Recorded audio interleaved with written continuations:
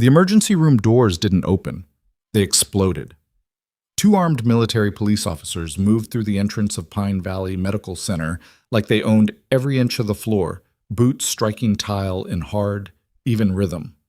Behind them, a third officer in full-dress uniform swept the room with the kind of eyes that had seen worse than a busy Oregon ER on a Wednesday night. Outside, a helicopter thundered low over the building. The lobby lights flickered once. 30 seconds earlier, a physician named Marcus Hale had pressed a laminated badge into the palm of a 31-year-old nurse and told her she was finished. She hadn't argued. She hadn't cried. She'd simply closed her fingers around the badge, set it on the counter, and walked toward the exit with her bag over one shoulder and her eyes straight ahead. Then the colonel stopped in the center of the lobby and said, loudly enough for everyone to hear, "I need to know where Nurse Olivia Bennett is, right now." The room went quiet. Hale turned around slowly, and the look on his face, that was the beginning of everything unraveling. If this story already has your pulse up, hit follow, drop a like, and leave a comment with the city you're watching from. I want to see exactly how far this goes. Let's get into it. The night had been manageable until around 9:15, which was the point when manageable stopped being the right word for anything happening inside Pine Valley Medical Center's emergency department. Ashford, Oregon wasn't a large city. It sat in the lower Cascades with a population just under 90,000, the kind of place where the regional hospital was both the largest employer and the place everyone ended up, eventually, one way or another. Pine Valley Medical Center had 412 beds, a trauma bay that handled everything from logging accidents to the occasional highway pileup on Route 18, and a rotating staff of physicians, nurses, and support personnel who mostly knew each other well enough to be either close or quietly resentful, depending on the shift. Olivia Bennett had worked the ER floor for 3 years. Before that, she'd spent 2 years doing per diem trauma work in Portland while she sorted herself out after leaving a life she didn't talk about. She was 31, dark-haired, and built like someone who had learned early that the world would not slow down for her, so she might as well stop asking it to. She wasn't warm in the way people meant when they said a nurse was warm. She didn't squeeze hands and murmur reassurances. What she did was work. She moved fast, she read a room accurately, and she caught things that other people missed. That last quality was the one that had been causing problems lately. At 9:17, a man named Gerald Foss was in Bay 4 having a cardiac event. He was 62, hypertensive, currently conscious but deteriorating, and he'd come in complaining of pressure in his chest that he'd been ignoring for 2 days because, as he told Olivia while she was running his EKG, he'd assumed it was indigestion. "It is not indigestion," she said, not unkindly. "Yeah, I figured that out around hour 48. She almost smiled. She was looking at his chart when Dr. Marcus Hale appeared at the bay entrance, already talking. Hale was the senior attending on duty that night, 44 years old, broad through the shoulders, with a manner that suggested he found most rooms insufficiently impressed by him. He was not a bad physician. He was, however, the kind of physician who had been told he was exceptional for long enough that he'd stop checking his own assumptions. "Foss, right? I'll take it from here." He reached for the chart. Olivia didn't move. "He needs a repeat troponin before we adjust the protocol. The first draw was 47 minutes ago, and his symptoms are, I can read a chart." "I know. I'm saying the timing matters. If we push metoprolol before the second draw and the troponin has climbed, we're going to—" "Bennett," he said her name the way some people said stop. "I appreciate your input. Go check on 11. She looked at him for exactly 1 second. Foss was watching them both with the anxious attention of a man who understood that the people arguing over his chart were arguing over him. "Dr. Hale," she said, quietly enough that it didn't carry past the bay. "His pressure's been dropping for the last 8 minutes. If you're going to order metoprolol, I need you to look at that trend first." "I've ordered it." She pulled up the vitals on the wall monitor. "Here, 8 minutes." He glanced at it. His jaw moved slightly. Something crossed his face. She couldn't tell if it was recognition or irritation. And then he looked away from the screen and back at her. "I'll monitor it. Go check on 11. She went. But she stopped at the nurse's station first and flagged Priya Anand, the charge nurse on duty, a 28-year-old with quick eyes and the particular professional instinct that developed in people who paid attention. Keep an eye on 4, Olivia said, low. And on what gets ordered? Priya looked at her. You want me to flag it? I want you to know about it. Priya nodded once and went back to her monitor. Olivia moved down the hall to Bay 11. 12 minutes later, Gerald Foss's blood pressure dropped sharply. The second troponin draw came back significantly elevated.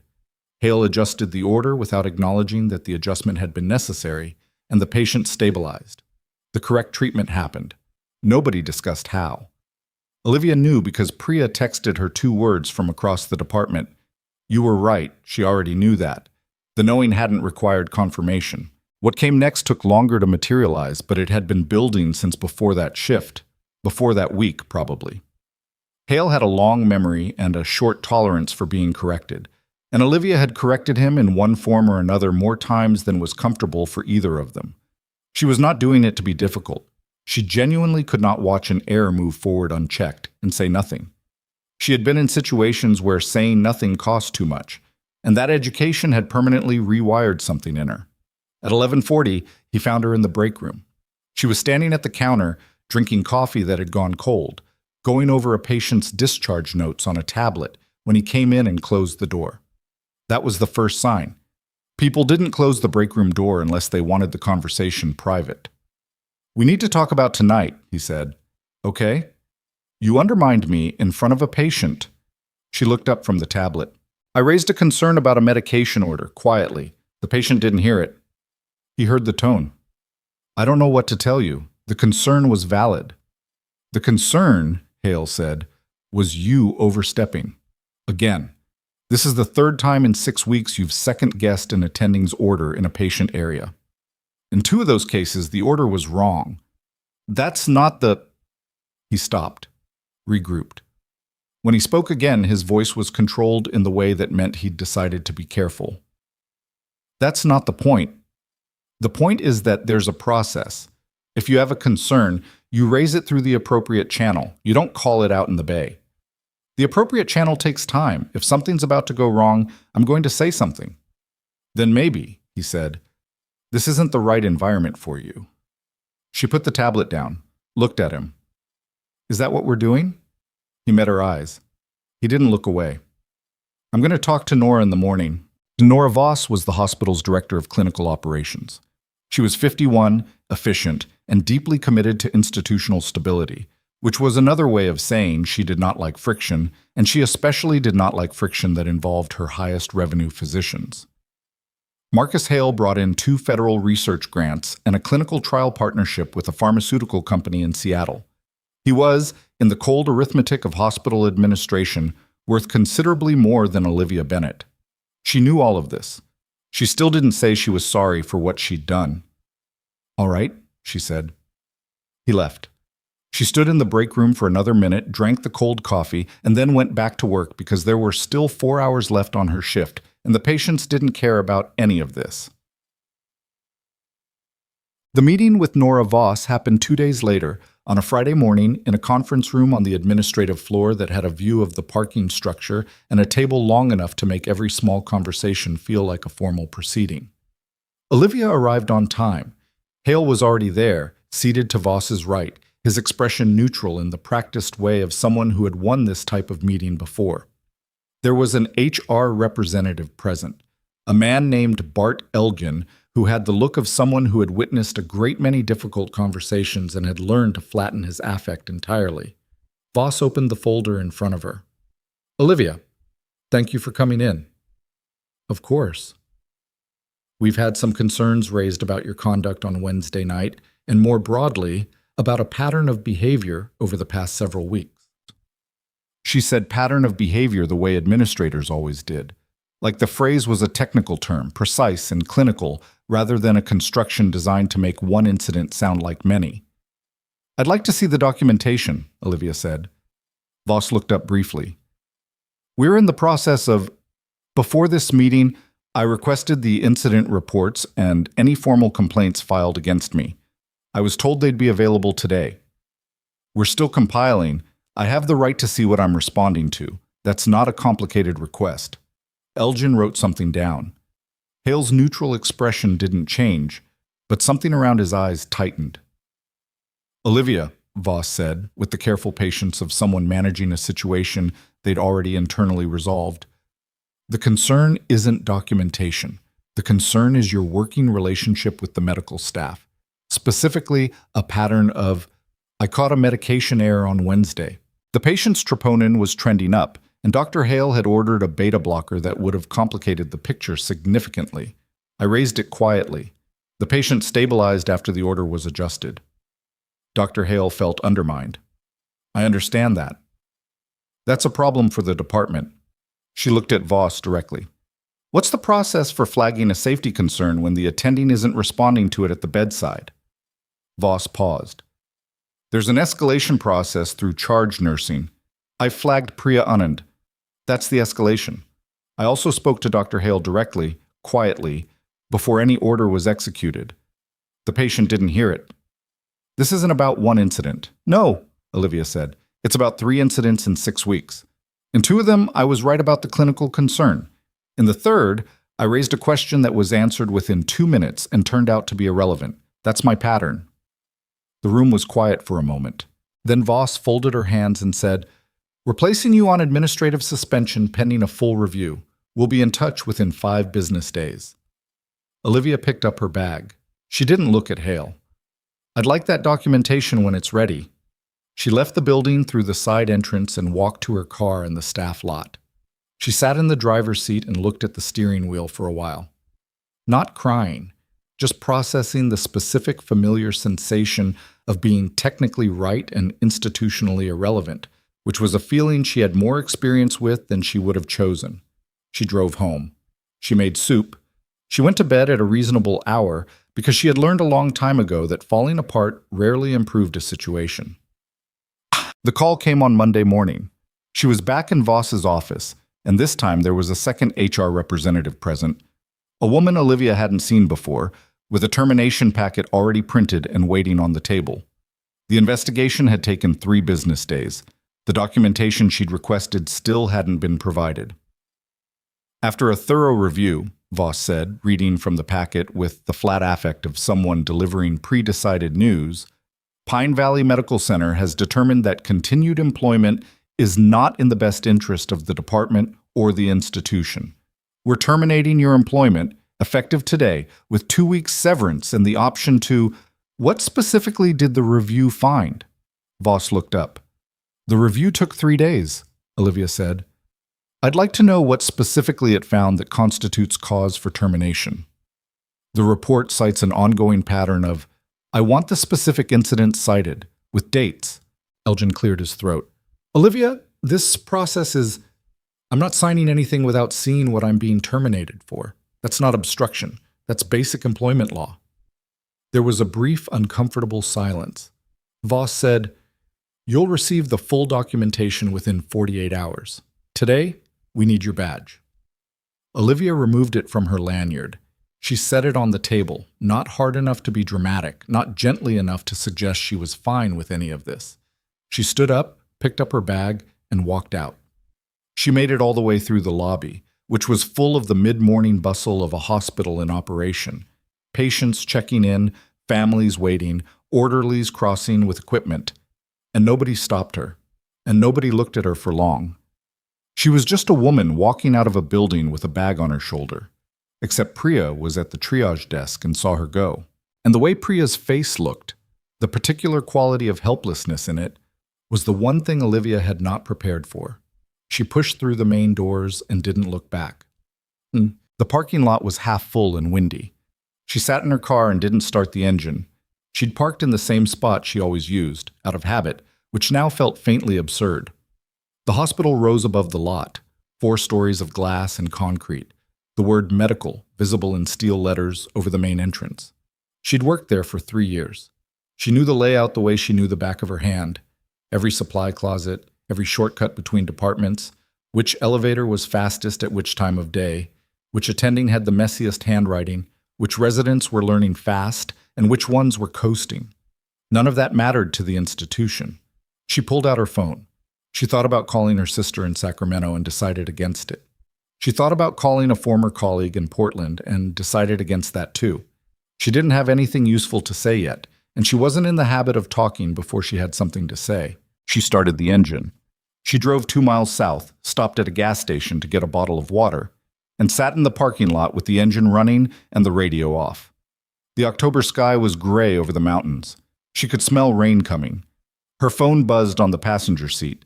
Unknown number, Oregon area code she didn't recognize. She stared at it for 2 rings.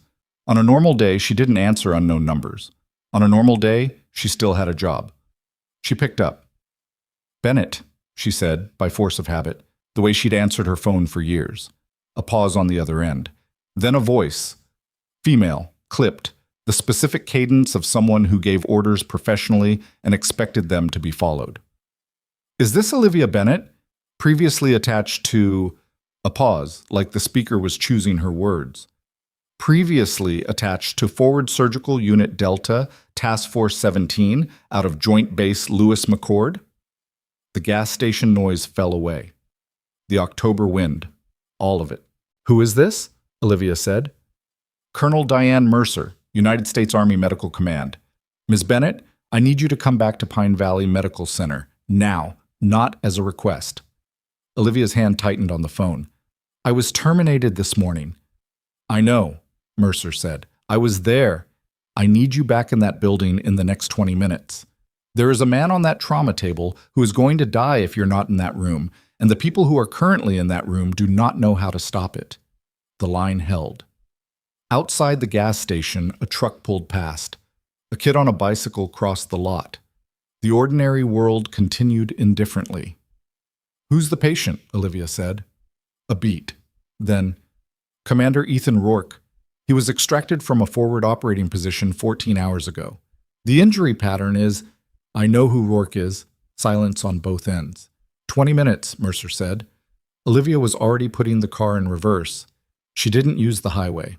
The surface road back to Pine Valley Medical Center was 2 minutes longer but had fewer lights, and Olivia took it without deciding to, the way the body sometimes makes the efficient choice before the mind catches up. Her hands were steady on the wheel. She noticed that and filed it away. The way she'd learned to pay attention to her own physical state, the way she paid attention to a patient's. Because the moment you stopped monitoring was usually the moment something went wrong. Rourke. She ran the name through what she knew and didn't let herself run it through what she felt, because feeling it wasn't useful right now. Commander Ethan Rourke. 43, she estimated, probably 44 by now. The last time she'd seen him, he'd been standing outside a field hospital in a place she was not going to think about at 60 miles an hour on a wet road in Oregon. He'd been unhurt then. He'd been the one checking on her. She pushed that aside. 14 hours out of a forward operating position, Mercer had said. Blast pattern injuries, which meant the damage wasn't from a single event. It was layered, sequenced, the body sustaining multiple insults across a short window, and the trauma presenting as one thing when it was several. The teams inside didn't know what they were looking at. She did. She had worked that pattern in conditions where the nearest surgical suite was a tent, and the nearest sterile instrument was whatever she could clean fast enough.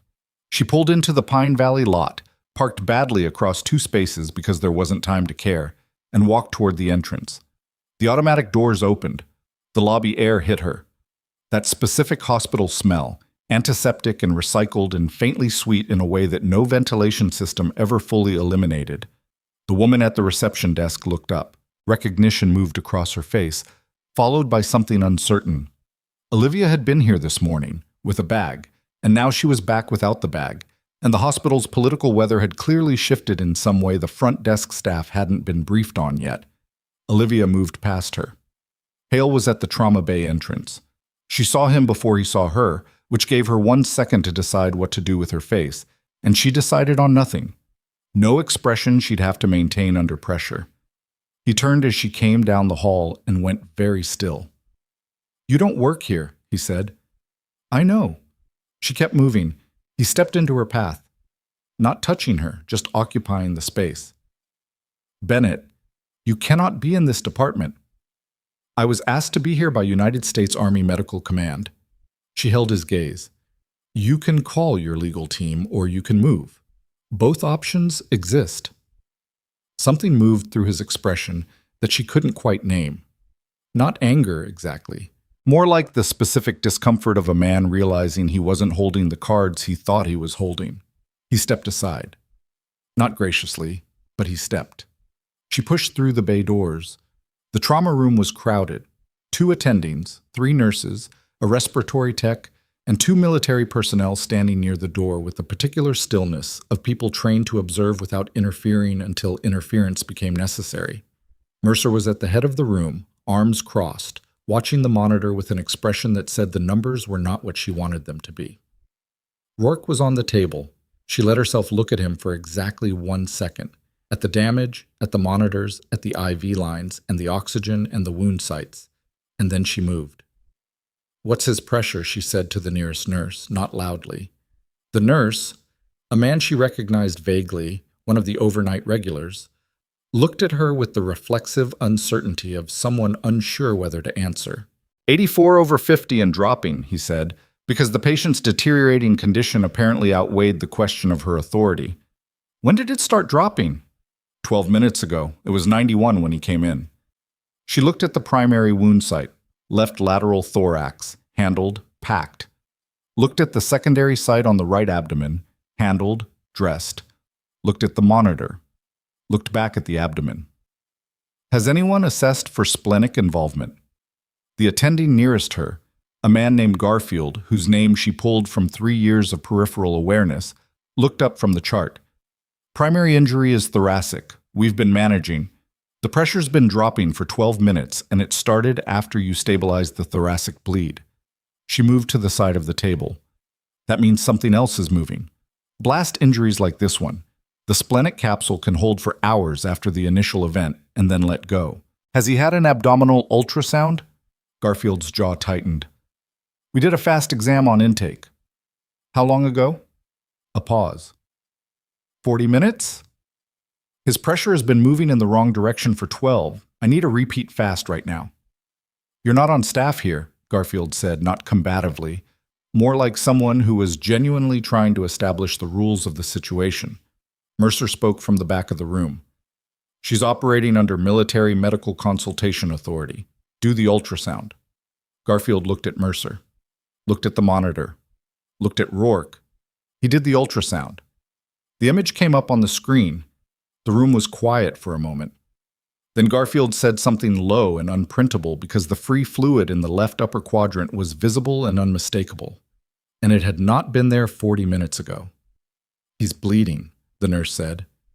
He's been bleeding, Olivia said, not unkindly. Get surgery on the phone. He needs an OR now, not in 10 minutes. She was already adjusting the IV flow. And get me 4 units of O negative ready.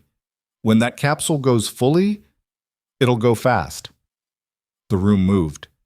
Not because of her exactly, because the image on the screen had given everyone permission to respond to what was actually happening instead of what they'd thought was happening. She'd seen that before too. People didn't resist information usually. They resisted the disruption of being wrong.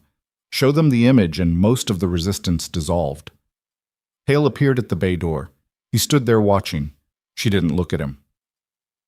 Gishen. Rourke's pressure stabilized marginally. Enough. Not enough to be comfortable, but enough to move him to the OR without losing him in transit, which was the immediate calculation. The surgical team took him up on the elevator at a controlled run, one of Mercer's officers moving with the gurney, the rest of the military personnel staying on the ER floor. Olivia peeled off her gloves at the sink and stood for a moment with her hands under the warm water. Her reflection in the metal panel above the sink was fragmentary, distorted. She looked like the suggestion of herself. Hale came in behind her. She heard him stop a few feet back. She didn't turn around. You can't practice medicine here without privileges, he said. Whatever authority that colonel is claiming, the hospital has to talk to legal, she said. Or talk to her. I'm not the right conversation. You were terminated this morning. I know, I was there. So explain to me how you're currently operating in my department. She turned off the water and reached for paper towels. Turned around. He looked like a man who had walked into a building and found the floor plan had been rearranged without his knowledge. Not quite angry, not quite lost, something in between. I don't work for you, she said. I didn't this morning and I don't now. If you have a problem with my presence in that bay, The person to talk to is Colonel Mercer. She has the authority and she'll explain what she can. What does the military want with this hospital? I genuinely don't know, she said. That was mostly true. She dropped the paper towels and walked past him. Mercer found her in the hallway outside the trauma bay, holding 2 cups of coffee that had appeared from somewhere. Olivia suspected one of the junior military officers had located the nearest machine with the focused competence that characterized every enlisted person she'd ever worked with. Here, Mercer said, holding one out. Olivia took it. The cup was warm. He's going to make it, Mercer said. It wasn't a question. He's going to make it through surgery. What happens after that depends on what's underneath the blast damage. I haven't seen his full records. You'll have them. They stood in the hallway for a moment. The hospital noise moved around them. Intercom pages, distant carts, the specific acoustic texture of a building in perpetual operation. You should have been harder to find, Mercer said. You found me in 20 minutes. We had your last known employment on file, the address, the car registration. A pause. We had more than that, actually. We've been aware of your location for a while. Olivia looked at her. That's a strange thing to say casually. It wasn't casual. Mercer looked down at her coffee. There's context I need to give you. Some of it I should have given you before I called, but there wasn't time. Give it to me now. Mercer turned slightly, orienting herself away from the traffic in the hall. Her voice dropped enough that it didn't carry. Rourke's unit was running a secondary operation when he was hit, not the forward position they were officially assigned to. Something parallel, run through a different command chain. She paused. Part of what they were looking into involved this hospital. The hallway felt quieter suddenly, the way things got quiet when information rearranged the landscape. Pine Valley, Olivia said, specifically some of its billing records, and some of its internal incident documentation over the past year. Mercer met her eyes. I'm not in a position to give you details on an active investigation. What I can tell you is that Rourke requested you specifically when we identified this hospital as the location of his medical emergency. He knew you were here. He had a reason for that. What reason? He'll have to tell you himself, when he's out of surgery and conscious. A pause. If you're willing to stay. Olivia wrapped both hands around the coffee cup. Outside the window at the end of the hall, the October sky had gone the color of old concrete. I was fired this morning, she said. I'm not sure I have a legal basis to be in this building. You're under military consultation authority. That's federal. The hospital doesn't have a mechanism to remove you while that's active. Mercer held her gaze. But that's also temporary, which is why timing matters. Olivia thought about the parking lot, the gas station, the phone buzzing on the seat. All of this had started from a call she almost didn't pick up, and she still didn't fully know where she'd landed. All right, she said. She drank the coffee. It was bad. The machine variety, thin and slightly burnt. And she didn't care. The hospital's administrative floor had a particular quality in the late afternoon. The volume dropped, the foot traffic thinned, and the decisions that had been building pressure all day began leaking through the walls as raised voices or rapid footsteps, or the sound of a door closing with more force than intended. Olivia had learned to read it the same way she read a patient floor, and she could tell from 2 hallways away that something was happening up there. What was happening was Nora Voss discovering that her termination of Olivia Bennett had been functionally overridden by a branch of the federal government, and that the documentation of this override had already been routed to the hospital's legal counsel, and that legal counsel had spent approximately 45 minutes determining that there was no clean path to disputing it. She didn't witness this directly. She learned the shape of it from Priya Anand, who had an exceptional talent for knowing what was happening in buildings she was nominally only occupying. Voss is in her office with legal right now, Priya said, low, during the 15 seconds they shared near the supply station on the ground floor. She'd come down on a pretense, a medication run that didn't require her personally, but that had brought her past the elevator bank at the right moment. Hale's been up there twice. Whatever they're saying to each other, the 2 of them together in a room feels like... She stopped. Like what? Priya looked at her.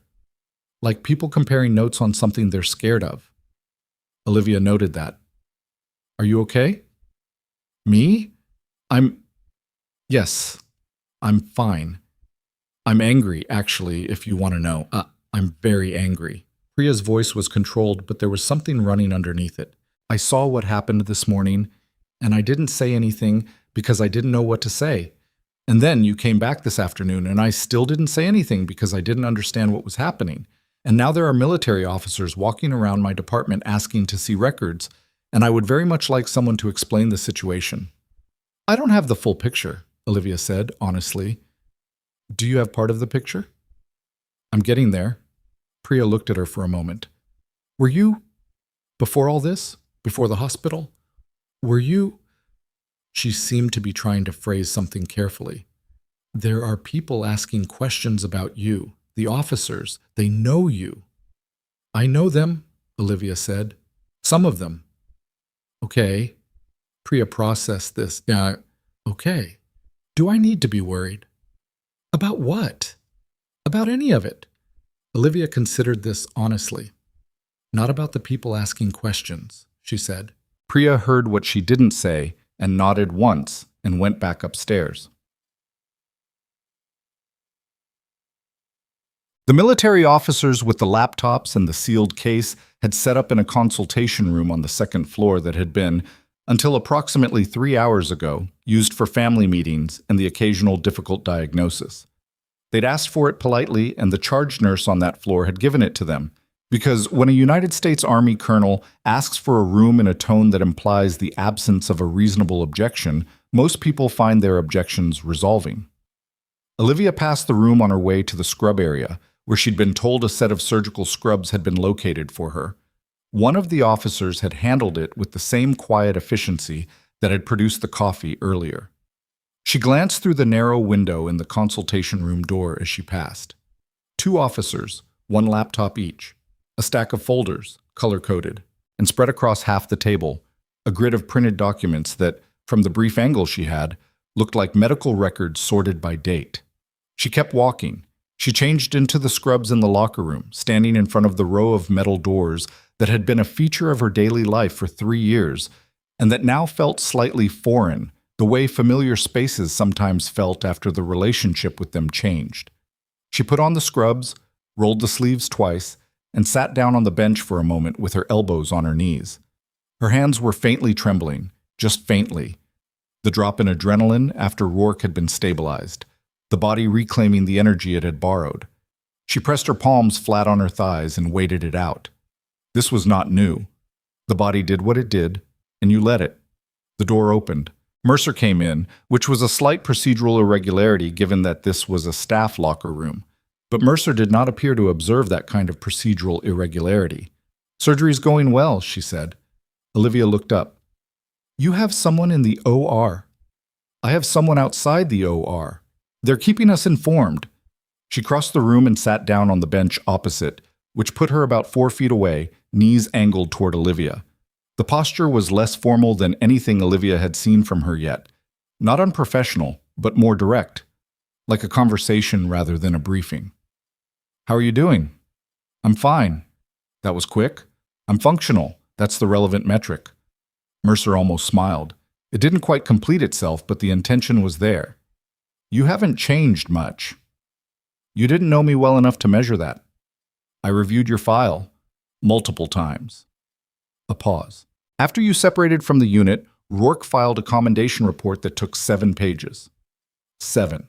I've seen 4-page after-action reports for entire operations. He wrote 7 pages about 1 medical officer." Olivia said nothing. "He was thorough," Mercer said. "He described the night of the Kandahar extraction in considerable detail, among other things." "That was a long time ago." "Yes." Mercer looked at her steadily. "Why did you leave?" The locker room was quiet. The fluorescent lights had the faint hum of every institutional lighting fixture in every hospital Olivia had ever worked in, and for a second it felt like all of them were the same room. "I needed to be somewhere where people weren't dying at the rate they were dying there," she said. "That's the most accurate way I can put it." Mercer nodded, not dismissively, with the acknowledgement of someone who understood that some answers were as complex as they were simple. "And then you ended up here," she said. "And then I ended up here, where someone decided to fire you. Mercer's voice shifted slightly. Not warmer, sharper. The reason I want to give you context now, rather than waiting for Rourke, is that what I'm about to show you involves your time at this institution directly. You have a right to know what we found. She reached into the interior pocket of her jacket and produced a folder, standard manila, sealed with a metal clasp. She held it out. Olivia took it. She opened it. The first page was her Pine Valley personnel file. She'd seen it before. She'd requested it twice in the past year, standard practice, a habit she'd maintained from a professional context where documentation was everything. The file she'd been given had been unremarkable. Performance reviews ranging from satisfactory to good. No formal complaints on record. A note about an incident from 14 months ago that had been listed as resolved. The file in this folder was different. Same header, same employee number, same start date. Different annotations, different incident reports, different entries in the margins and between the standard blocks, in a notation style she didn't recognize, time-stamped, coded, clearly not standard hospital formatting. She turned to the second page, the third. Her eyes moved fast. 8 months of incident reports she had never been informed of. Formal complaints filed under her name that had never been shared with her, which was a procedural violation significant enough that it would have flagged in any standard HR audit. Patient feedback forms, allegedly, noting concerns about her conduct. None of them matching anything in the record she'd been given. None of them matching any event she could map to her actual working history. She turned to the fourth page. The incident reports were formatted correctly. The language was institutional, specific, credible sounding. The dates were plausible, and they were entirely fabricated. Someone had been building this file for 8 months, not reacting to her, not responding to genuine concerns. Building. She looked up from the folder. Mercer was watching her. "We identified the access logs," she said quietly. "The records were created and modified from 2 terminals. One belongs to HR. One is registered to an administrative-level account in clinical operations." A pause. "Both accounts have been accessed from a third device on several occasions, using shared credentials. We're still tracing that." Olivia looked back down at the folder. The pages felt ordinary in her hands. Paper, ink, standard font. And the ordinariness of them made the thing they contained more difficult to absorb, not less. "They were removing me," she said. "Yes. Before I found something. That's our working theory. What was I going to find?" Mercer's expression was careful. "That's where the investigation gets complicated. We believe it connects to what Rourke was running, but I don't have enough to give you a complete picture yet." "Then give me the incomplete one." Mercer looked at her for a moment. Then, "The billing irregularities we identified touch several departments, but the pattern concentrates in the ER and in surgical. Specifically, it involves medication administration records. What was ordered, what was actually administered, and what was documented as administered." She paused. "There are cases where those 3 things don't match, over a sustained period, in a pattern consistent with diversion. Drug diversion. The systematic theft of controlled medications from a hospital system, substituting saline or inferior compounds, and documenting the real drug as administered. It was not uncommon. It was not usually sophisticated. When it was sophisticated, when it persisted over months without being caught, it meant someone with access and knowledge and institutional cover. And it meant patients who had received, at some point, something other than what their charts said they'd received." Olivia set the folder on the bench beside her, pressed her palms flat on her thighs again. The slight tremor was gone now, replaced by something steadier and colder. "How long?" she said. "The earliest anomaly we've flagged is 14 months ago." 14 months. The note in her personnel file, the incident listed as resolved, the one that had made her look at her own record twice because she hadn't been able to match it to any actual event, was 14 months ago. She'd caught something 14 months ago. She hadn't known what she'd caught. Someone had known she'd caught something and had started building a paper trail to remove her. She'd lasted 14 months. "Who else knows?" she said. "Within the hospital? We don't believe anyone else has connected the pieces the way we have. There are individuals who know parts." Mercer's voice was even. "There are individuals who are part of it." Olivia looked up. "We don't have names yet," Mercer said. "We have access logs, accounts, patterns." A pause. "We will have names." Down the hall, distantly, Olivia heard the sound of footsteps moving fast. Not running, but close to it. And a door opening on a hinge that needed oiling. The sound of an administrative floor in motion. Voss, probably. Or Hale. Or both of them, comparing notes on something they were scared of. She picked up the folder. She closed it and held it on her knees and looked at the locker room door. "I need to make a call," she said. "There's one more thing," Mercer said. Olivia waited. "Priya Anand, the charge nurse. One of my officers spoke with her approximately an hour ago, requesting access to 6 months of medication administration records." Mercer's voice was careful. She provided them. She also provided, voluntarily and without being asked, a set of notes she'd been keeping personally. In a notebook, not on the hospital system. A pause. Handwritten. She'd been tracking anomalies in the controlled substance logs for 4 months. She didn't know what she was looking at. She thought she was making a mistake, and she kept checking, and the numbers kept being wrong. The locker room was very quiet. 4 months, Olivia said. "Yes." "She was there this morning, when I was escorted out." "Yes." Olivia stood up. She had the folder in one hand and the empty coffee cup, somehow still, in the other. She set the cup on the bench and looked at the door. Down the hall, the footsteps had stopped. There was a silence of the kind that came before a door opened or a phone rang, a held breath in the architecture of the building, the moment just before something moved.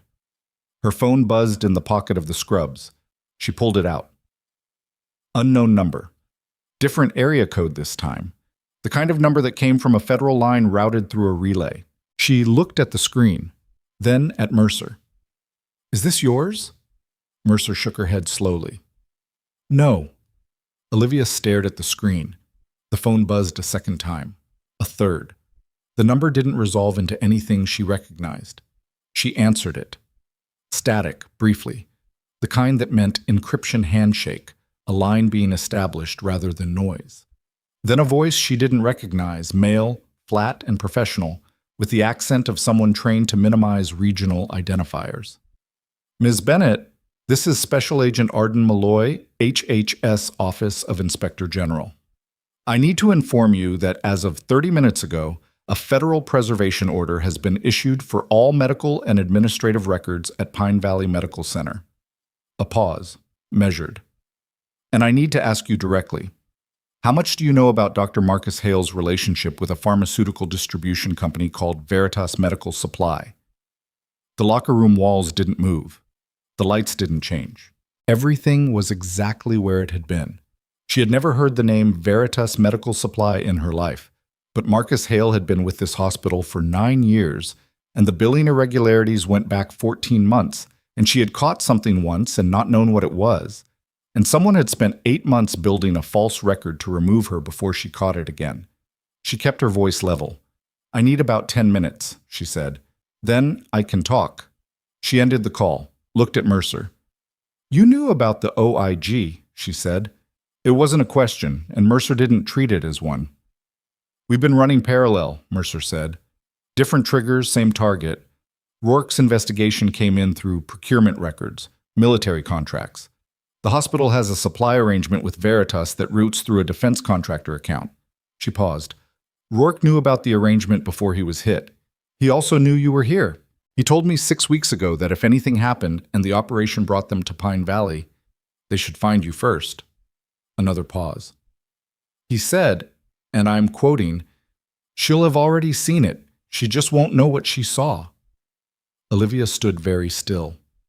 Outside the locker room, in the corridor, she heard a door open. Heard Nora Voss's voice, sharp and clipped, asking a question to someone who wasn't answering it. And then under that, the sound of a printer running somewhere on the administrative floor. Printing fast. A lot of pages. The kind of printing that happened when someone was trying to move documents before they were ordered not to. She moved before Mercer could say anything else. The locker room door swung open and she was in the corridor, the sealed folder still in her hand, the phone in the other, walking toward the administrative floor stairwell with the particular speed of someone who had made a decision and was already 3 steps into executing it. Mercer fell in beside her without being asked. Not following exactly, more like 2 people who had arrived at the same conclusion from different directions. "How long does it take to print a file?" Olivia said. "Depends on the file. A personnel file, with annotations, with 8 months of fabricated incident reports." Mercer was already on her radio, low and fast, 2 clipped words to whoever was on the other end. Olivia took the stairs. 2nd floor, then 3rd. The administrative wing occupied the northeast corner. She knew this the way she knew everything about the building's layout, from 3 years of navigating it and 1 year of quietly noticing things that didn't sit right. She heard the printer before she reached the hallway. It was running fast, the sound of sheets moving through rollers in rapid succession, the mechanical tempo of a machine doing what it was told without knowing why. She turned the corner. The administrative assistant's desk was empty. Whoever usually sat there had stepped away or been sent away. The door to Nora Voss's office was almost closed. Almost. A 2-inch gap, enough for the sound of voices to leak through. Hale's voice first. "Can't leave it on the server. They've got a preservation order." Then Voss. "The order covers electronic records. Paper is different." "Paper isn't different, Nora. Paper is discoverable." "Not if it's not here to be discovered." Olivia stopped outside the door. Mercer was 4 feet behind her, already on the phone with someone. The call from the OIG, Olivia realized. Malloy. Mercer was connecting them, moving pieces. She pushed the door open. Hale was standing at the printer tray, a stack of pages in his hand, thick enough to represent months of documentation. Voss was at her desk, a second stack already in a manila envelope, her hand on the clasp. They both looked up. The specific quality of their silence, how fast it arrived, how complete it was, told her everything about what they'd been doing and how long they'd been doing it. "Put those down," Olivia said. Hale's face cycled through several expressions in about 2 seconds. He landed on the one that had worked for him in the past: authority, professional distance, the look of a senior physician addressing a problem that had mistakenly walked into his space. "You are not authorized to be in this office. Those documents are subject to a federal preservation order issued 30 minutes ago." She held up the phone. "Special Agent Malloy from the HHS Office of Inspector General. You can speak to him directly, or you can put the papers down." Voss stood up. She was good at composure. Olivia had watched her maintain it through budget crises and 2 joint commission inspections, and 1 catastrophic plumbing failure that had shut down half the 2nd floor for a week. But composure and calm weren't the same thing, and right now Voss had the former without the latter. Her hands were doing something deliberate and controlled, and her face was doing something that cost effort. "Olivia," she said in the tone of someone trying to locate familiar ground, "I understand this situation feels—" "Malloy," Olivia said into the phone. "I'm in the office of Pine Valley's Director of Clinical Operations. 2 individuals are in possession of documents that may fall under your preservation order. I need guidance on immediate steps." The voice on the phone was calm and specific. She listened. She nodded once. She looked at Hale. "He wants you to not move," she said. Hale's hand tightened on the papers. She watched it happen. The knuckles shifting, the pages compressing slightly. The involuntary grip of someone whose body was making a decision his mind hadn't finished making yet. Mercer stepped into the doorway behind Olivia. 2 of her officers materialized from the hallway. She'd called them up while Olivia was walking, a fact Olivia registered and filed. They didn't enter the office. They didn't need to. They stood in the doorway, and the geometry of the situation changed. Hale put the papers down.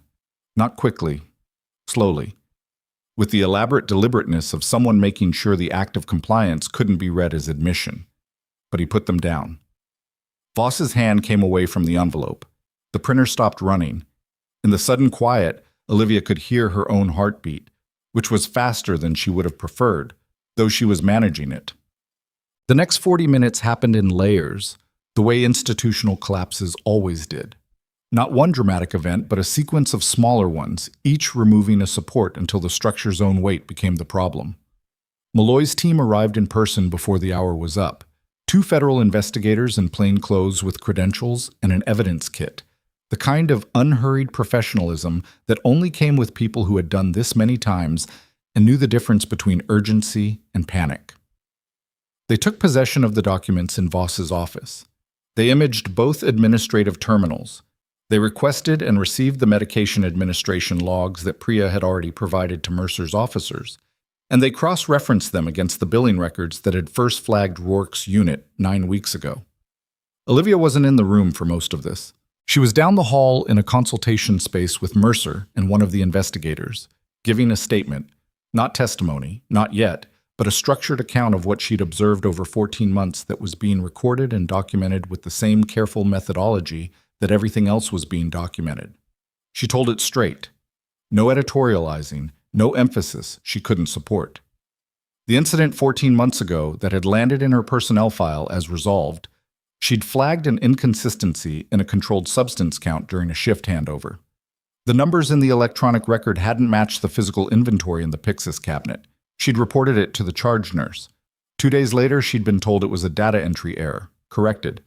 She'd accepted that. She hadn't had a reason not to. The investigator, a woman named Solis with reading glasses pushed up on her head and a pen she kept clicking open and shut, made notes without looking up. And after that point, Solis said, "Did you observe any additional irregularities?" 3 more instances over the following 8 months where the count felt off. Twice I reported it informally, mentioned it to whoever was handling the shift. Once I documented it in the patient care log because it was directly relevant to a patient's pain management. That note was later marked as entered in error and removed from the active record. She paused. I only know it was removed because I checked the chart again 2 weeks later for a different reason. Solis looked up. Do you know who removed it? No, I saw the flag on the entry. I didn't investigate it at the time. Why not? Olivia thought about how to answer that honestly. Because I assumed I'd made an error somewhere. The documentation said I had. And the people responsible for telling me whether I'd made an error were the people responsible for the documentation. She paused. I was wrong to assume that. Solis nodded, wrote something. Anything else you want to add before we go on? Priya Anand, Olivia said. The charge nurse. She kept her own records. 4 months of notes, handwritten. I'd like you to make sure that's part of whatever happens next. She did that without knowing she was doing anything significant. She's already been interviewed, Solis said. Her notes are very thorough. That tracked. Priya was thorough about everything. Rourke was out of surgery at 4:47. Olivia was told by one of Mercer's officers, who appeared in the doorway of the consultation room with the flat factual economy of someone delivering information and nothing more.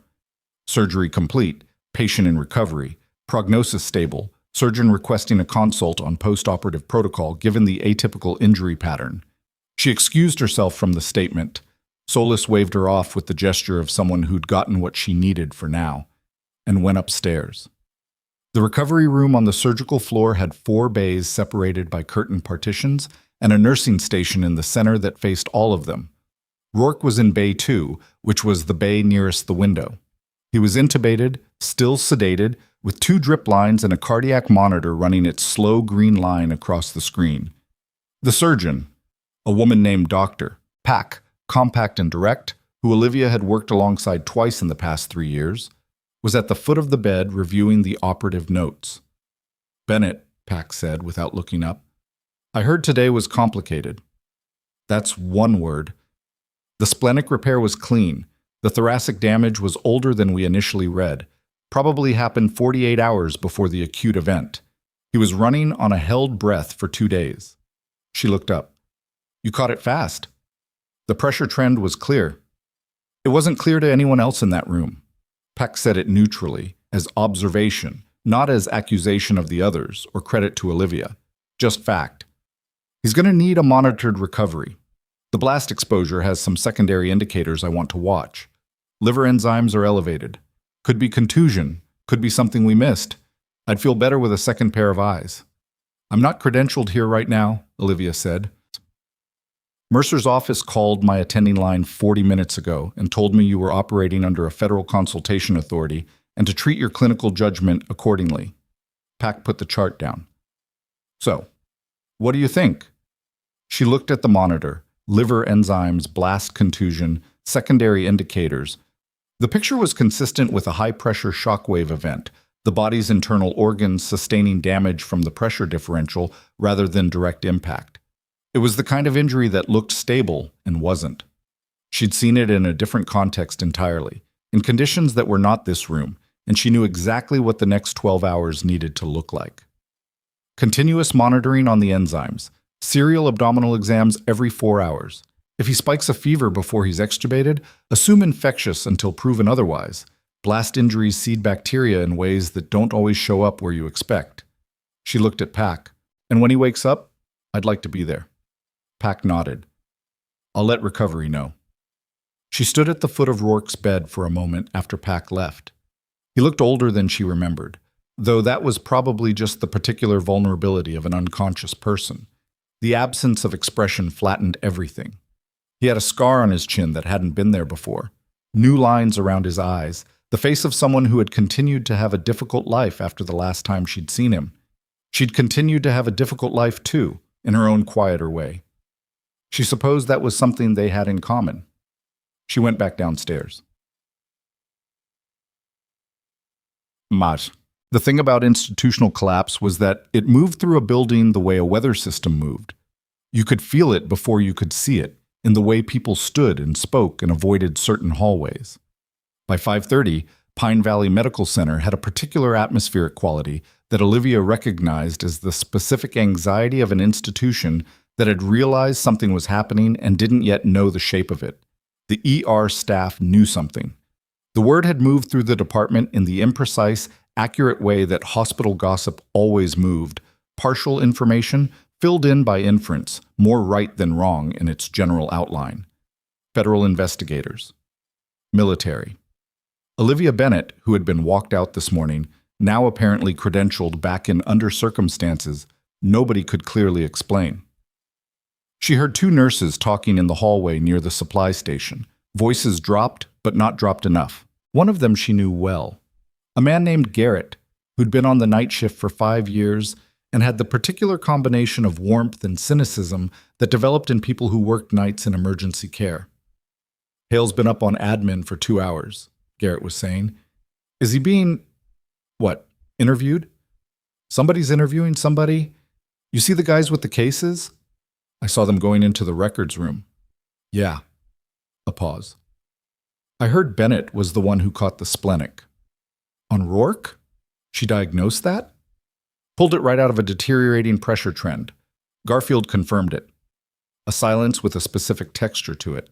The kind that meant someone was revising an opinion they'd held without examining it closely. She's been saying things were wrong for months, the second nurse said. I thought she was just... Yeah, Garrett said. I know. Olivia moved past them without stopping. She wasn't interested in the revision in real time. She had other things to manage. The Veritas medical supply thread was the one she kept returning to. Not the fabricated incident reports. Those were damage to her, personal and infuriating, but they were also evidence, and evidence was now in the hands of people with federal authority, and she trusted that process to move. The Veritas connection was the part that had implications beyond Pine Valley, beyond Hale and Voss, beyond what she could currently see. She found Malloy in the consultation room on the second floor where the investigators had set up. He looked like she'd imagined from his voice, mid-40s, careful eyes, the build of someone who sat at desks but had once done something more physical and kept enough of the habit to remain alert. He was looking at a laptop when she knocked on the open door. Ms. Bennett. I have a question, she said. You can sit down. She sat. Veritas Medical Supply. You asked me about Hale's relationship with them. What I know is nothing. I'd never heard the name, but if I'd caught a count irregularity 14 months ago and it was related to Veritas, what would the mechanism look like? Malloy looked at her for a moment. He was deciding something, how much to give, what the exchange was worth. He clicked open his pen. Veritas is a regional distributor. They supply controlled substances, surgical materials, specialty medications to 6 hospitals in this area. Their contract with Pine Valley has been running for 3 years. He paused. About 16 months ago, Veritas flagged an internal discrepancy to their own compliance team, a volume discrepancy. They were shipping quantities to Pine Valley that didn't match what Pine Valley was billing back through insurance.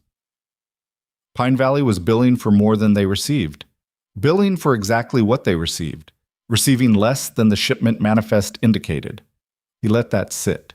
Someone was intercepting part of the shipment before it reached hospital inventory, or diverting from inventory after receipt and adjusting the manifest to cover it, and billing as if the full quantity was administered. Yes, she thought about it. The physical inventory not matching the electronic record, the Pyxis cabinet count that was off, the entry in the patient chart that was later flagged as an error and removed. Patients whose records said they'd received a controlled medication that, in some cases, they may not have received, or may have received something substituted in its place. Patients were affected, she said. It wasn't a question. We believe so, in a subset of cases. Not all. The diversion appears targeted, specific timing, specific medication types. We're still mapping it. He paused. It was sophisticated enough that it ran 16 months before we were able to get a case built. The Veritas internal flag was what gave us the entry point. Without that, we might still be looking at a billing discrepancy with no clear culprit. And Rourke's unit found the military contract angle. His unit identified that someone with a DoD contractor account was using it to route payments through Veritas for what appeared to be legitimate procurement. The contractor account was a shell, registered, credentialed, but inactive except for these transactions. He looked at her. Whoever was running this had connections outside the hospital. The inside operation needed outside infrastructure. That's what made it durable. Olivia sat with that. The picture was assembling itself in a way that felt both clarifying and worse with each piece that locked in. A diversion scheme that had run for over a year. Patients given substandard pain management, or nothing, or something that wasn't what their chart said. Medical staff manipulated through falsified documentation.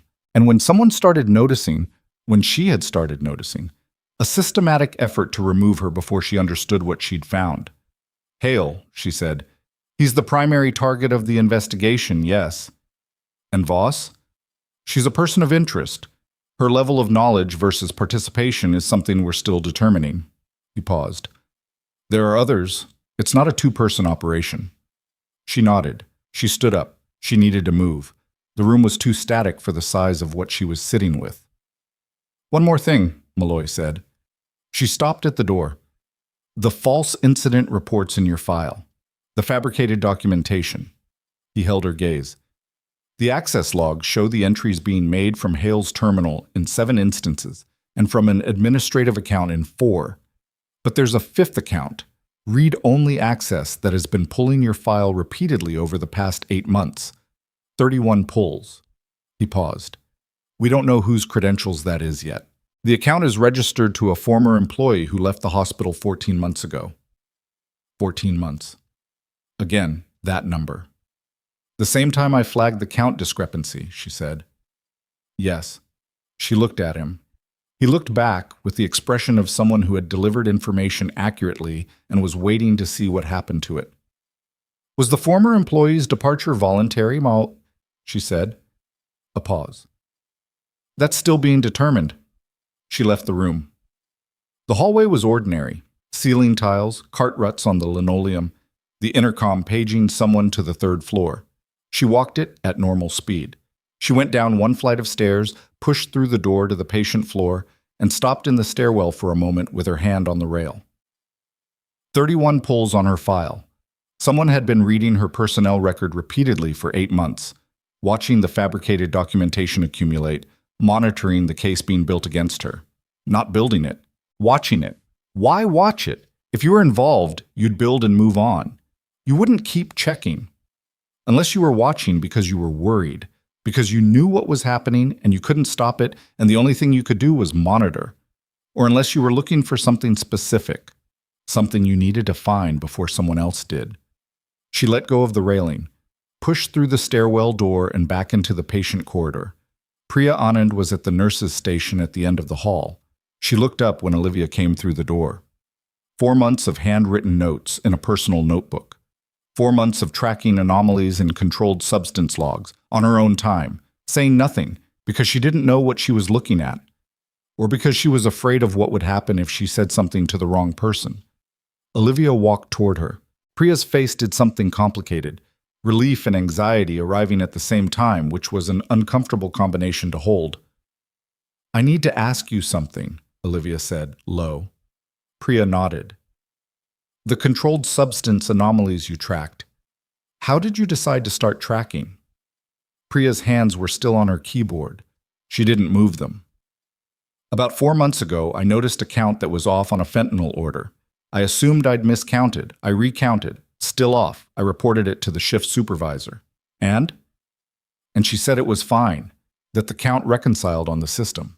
Priya's voice was careful.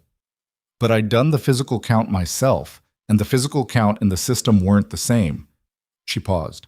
"So I started writing it down, because I thought maybe I was going crazy." "You weren't." "I know that now." "Priya," Olivia looked at her directly. "Before 4 months ago, was there anything else? Anything that made you look twice?" Something moved across Priya's face. Not new information, the recognition of information she'd been carrying and not known what to do with. "There was a nurse," she said. "Before your time here, or almost before. She left about a month after you started. Her name was Torres. Renata Torres." A pause. "She asked me something once, in the break room. She asked if I ever noticed the count being off on the overnight orders."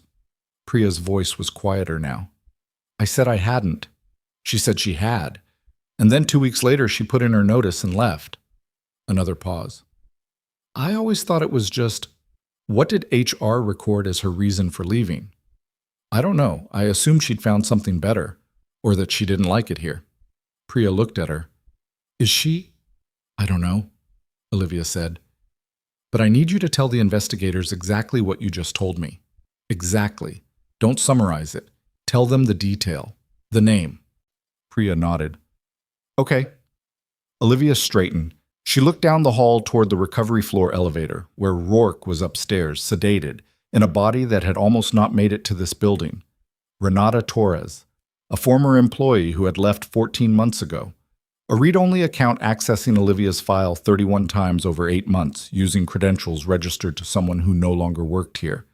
Not building the case against Olivia. Not participating in the scheme. Watching it, tracking it from the outside. Because Torres had found something and left before it could happen to her.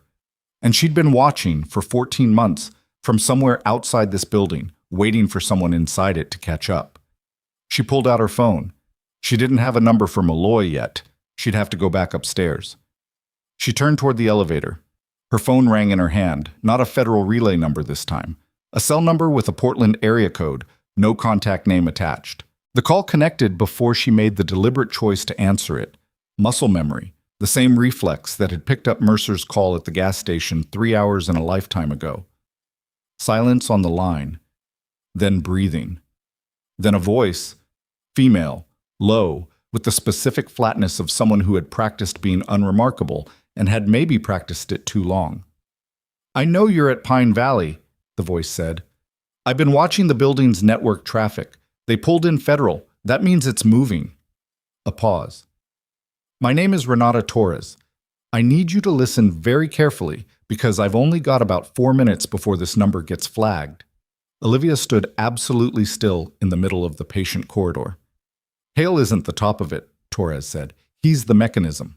There's someone above him, someone who doesn't appear in any of the hospital records, who never set foot in that building in any documented capacity, and who has been running this operation from outside the institution for 3 years. Her voice was steady and quiet and carried the weight of someone who had been alone with this for too long. "I found a name 14 months ago. It's why I left. It's why I've been monitoring from outside. Because if I'd stayed and said it out loud inside that building, I would have been the one who disappeared." A pause. "The name is in a file I've had encrypted and stored off-site since the day I walked out. I'm sending you the access key right now. You'll have 30 seconds to open it before it self-locks. After that, the only copy is with a lawyer in Seattle who has instructions to release it to the FBI if I don't check in by 8 a.m. tomorrow." Olivia's phone buzzed. A text, a string of alphanumeric characters. 4 minutes, Torres said. "Open it." And somewhere above her, on the administrative floor, she heard the specific sound of a door opening fast. Not the measured movement of an investigator, not the controlled pace of hospital staff. The sound of someone moving quickly who had just realized they were running out of time. She typed the access key with her thumb while already moving toward the stairwell. The phone pressed between her ear and shoulder. Torres still on the line, breathing with the controlled steadiness of someone who had rehearsed staying calm for a long time. The file opened. A document, encrypted PDF, now decrypted on her screen. 2 pages, dense, formatted like a financial disclosure with names and account numbers and dates running in columns she couldn't fully process while walking. She scanned the top of the first page and stopped moving. The name at the top was not Marcus Hale. It was a name she recognized from a different context entirely, from the hospital's published board of trustees, from the framed headshot in the main lobby near the reception desk, from the letterhead on the formal communication she'd received this morning informing her that her employment had been terminated. Raymond Croft, Pine Valley Medical Center's chairman of the board. "Torres," she said, "you see it. How long have you had this?" 14 months. I built it over 6 weeks before I left. Croft is the external infrastructure. He has a private equity position in Veritas Medical Supply through a holding company. The holding company doesn't appear in his public disclosures because it's registered under his wife's maiden name in Delaware. Torres's voice didn't waver. Hale manages the inside operation, Croft manages the money. They've been doing this at 2 other facilities, one in Washington State, one in Idaho. Pine Valley was the most profitable because the ER volume is high and the oversight is thin. Above her, through the ceiling, through a floor of concrete and tile and whatever was happening up there, the sound of footsteps moving in a direction that felt deliberate. "Someone knows the file is open," Olivia said. "Possibly. The access I built was clean, but if they've been monitoring network traffic, someone just started moving fast upstairs." A pause. "Then you need to get that file off your phone and onto something the investigators can take physical custody of right now. Screenshot it, forward it, whatever. But get it off a device that can be remotely wiped." Olivia was already in the stairwell. She took the steps up 2 at a time, phone in one hand, and pushed through the door to the administrative floor with her shoulder. The hallway was not the same hallway it had been 20 minutes ago. There were more people in it, investigators, 2 of Mercer's officers, and at the far end, near the administrative wing, a cluster of movement that resolved as she got closer into Malloy and 2 of his people converging on a point near Voss's office. And just outside that point, being talked to by a man she didn't recognize in a gray suit, was Raymond Croft. He'd arrived while she was downstairs. She didn't know when. She hadn't seen him come in, hadn't been told he was in the building. He was 63, trim in the way of men who had expensive habits and personal trainers, with the practiced affect of someone who had spent decades being the most important person in every room he entered. He was talking to the man in the gray suit with the confident fluency of someone managing a situation, not responding to one. His lawyer, she realized. He'd arrived with his lawyer. She forwarded the Torres file to Malloy's number. She'd gotten it from the business card he'd left on the consultation room table, and then she walked directly toward the cluster of people at the end of the hall. Malloy saw her coming. He clocked the phone in her hand, and something in his expression shifted. The particular attention of an investigator, recognizing that something has changed. She held up the phone. He crossed toward her, meeting her halfway. "Torres?" she said, low. "Renata Torres. She's on the line right now. She's been monitoring from outside the hospital for 14 months. She has a file." She showed him the screen. "I just forwarded it to you. The name at the top isn't Hale."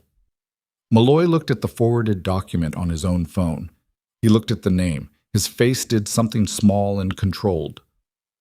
"When did you get this?" 3 minutes ago." He looked down the hall at Croft, back at her. "Is Torres still on the line?" She handed him the phone. He walked with it toward the window at the end of the hallway, speaking low and fast, and she watched him do it. Watched the shape of his posture change slightly as Torres told him what she'd told Olivia. Watched the moment when the investigation she'd been building arrived at a point that was different from where it had started. She turned and looked at Croft. He was still talking to his lawyer, still managing, but he'd noticed her. His eyes had moved to her the way eyes move to something that didn't fit the expected frame, and the movement had a quality of recognition she hadn't anticipated. He knew who she was, not just as the nurse who'd been fired, as something specific. She held his gaze across the hallway. He looked away first. The next hour was procedural in a way that felt oddly quiet given everything that preceded it. Malloy's team expanded. 2 more investigators arrived from a federal satellite office in Salem, and they moved through the administrative floor with the systematic patience of people who had a list and were working through it. Croft's lawyer issued 3 objections in the first 20 minutes, all of them technically precise and none of them successful, because the preservation order and the accompanying federal warrant that Malloy had apparently had ready and waiting covered everything the lawyer tried to protect. Croft himself stopped talking. That was the tell. Olivia had watched enough people in institutional crisis situations to know that the ones who were truly exposed went quiet at a specific point, not because they'd been advised to by counsel, though they had, but because talking required the fiction of control, and control had become untenable. He sat in a chair that had been placed, not unkindly, against the wall near the administrative assistant's desk. His lawyer stood beside him. He looked at the floor. Hale did not go quietly. She heard it before she saw it, his voice from inside Voss's office, raised in a way she hadn't heard from him before, not the authority voice he deployed in the trauma bay or the cold professional certainty of the break room confrontation. Something rawer. She stood in the hallway and listened. Not what this looks like. The Veritas arrangement was standard procurement practice. There's nothing in my contract that prohibits... Solis's voice flat. Dr. Hale, I need you to stop speaking. I am not going to stop speaking. I have the right to explain the context of, you have the right to an attorney. I've told you that twice. If you'd like to continue without one, that is your choice. But I want to be clear that everything you're saying is being recorded. A silence. Then quieter. I want to call someone. Of course. Olivia moved away from the door. She didn't need to hear the rest of that. Voss was in a separate room. Malloy had separated them within the first 15 minutes, standard practice, and Olivia didn't know what was being said in that room and found she didn't particularly need to. What she knew was that Voss's level of participation versus knowledge was, as Malloy had said, still being determined. She'd watched Voss's face in the moment the folder had landed on the table. There was guilt in it, but the shape of guilt was complicated. It could mean she'd built the scheme alongside Hale, or it could mean she'd known about it and done nothing, or it could mean she'd been told enough to understand what was happening and had made the calculation that the institution's stability required her silence. Any of those was a failure. The degrees mattered legally. She went back downstairs. The ER was running its ordinary evening operations. The waiting room was 2/3 full. The trauma bay had a car accident patient and a child with a possible fracture. The nursing station was doing what nursing stations did. She stood at the edge of it for a moment and felt the strangeness of that, the persistence of ordinary institutional life directly beneath the floor where an investigation was dismantling the institution's leadership. Garrett was at the station. He saw her and didn't look away, which was itself a statement. "Rourke's awake," he said. "Recovery called down 10 minutes ago. He's asking for you." The recovery bay was dim, the way recovery rooms were in the early evening. The overhead lights turned down, the monitoring equipment providing its own faint illumination. The sounds of the building reduced to the specific acoustic texture of a floor where people were supposed to be resting. Rourke was in Bay 2, no longer intubated, lying with his eyes open and fixed on the ceiling with the unfocused attention of someone whose brain was working its way back from sedation. He heard her come in. His eyes moved to the door. "Bennett," he said. His voice was rough, lower than she remembered, and the effort of even that one word was visible in the tension around his jaw. "Don't try to be coherent right now," she said. She pulled the chair from the corner and sat down. "I'll do the talking."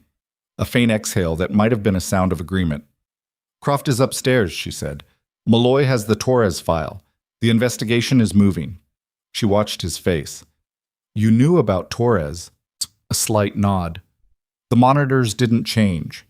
She's been outside for 14 months. She's been watching." She looked at him. Did you know where she was? The effort of speaking was clearly significant, and he made it anyway. Safe house, Seattle. A pause to breathe. We put her there. After she contacted my unit. Another pause. She had the name. We couldn't move without corroboration. The Veritas supply records. Yes. So you've been running this for 14 months and it took a forward operating injury to bring you to my hospital. Something moved through his expression that wasn't quite amusement, but was adjacent to it. The timing was... He stopped, breathed. Not planned. No, she said. I assumed not. She looked at the monitor for a moment. His pressure was better, still low for comfort, but on the right side of concerning. Why me? When Mercer called, she said you'd told her 6 weeks ago. If anything happened, find me. He looked at the ceiling again. A long pause.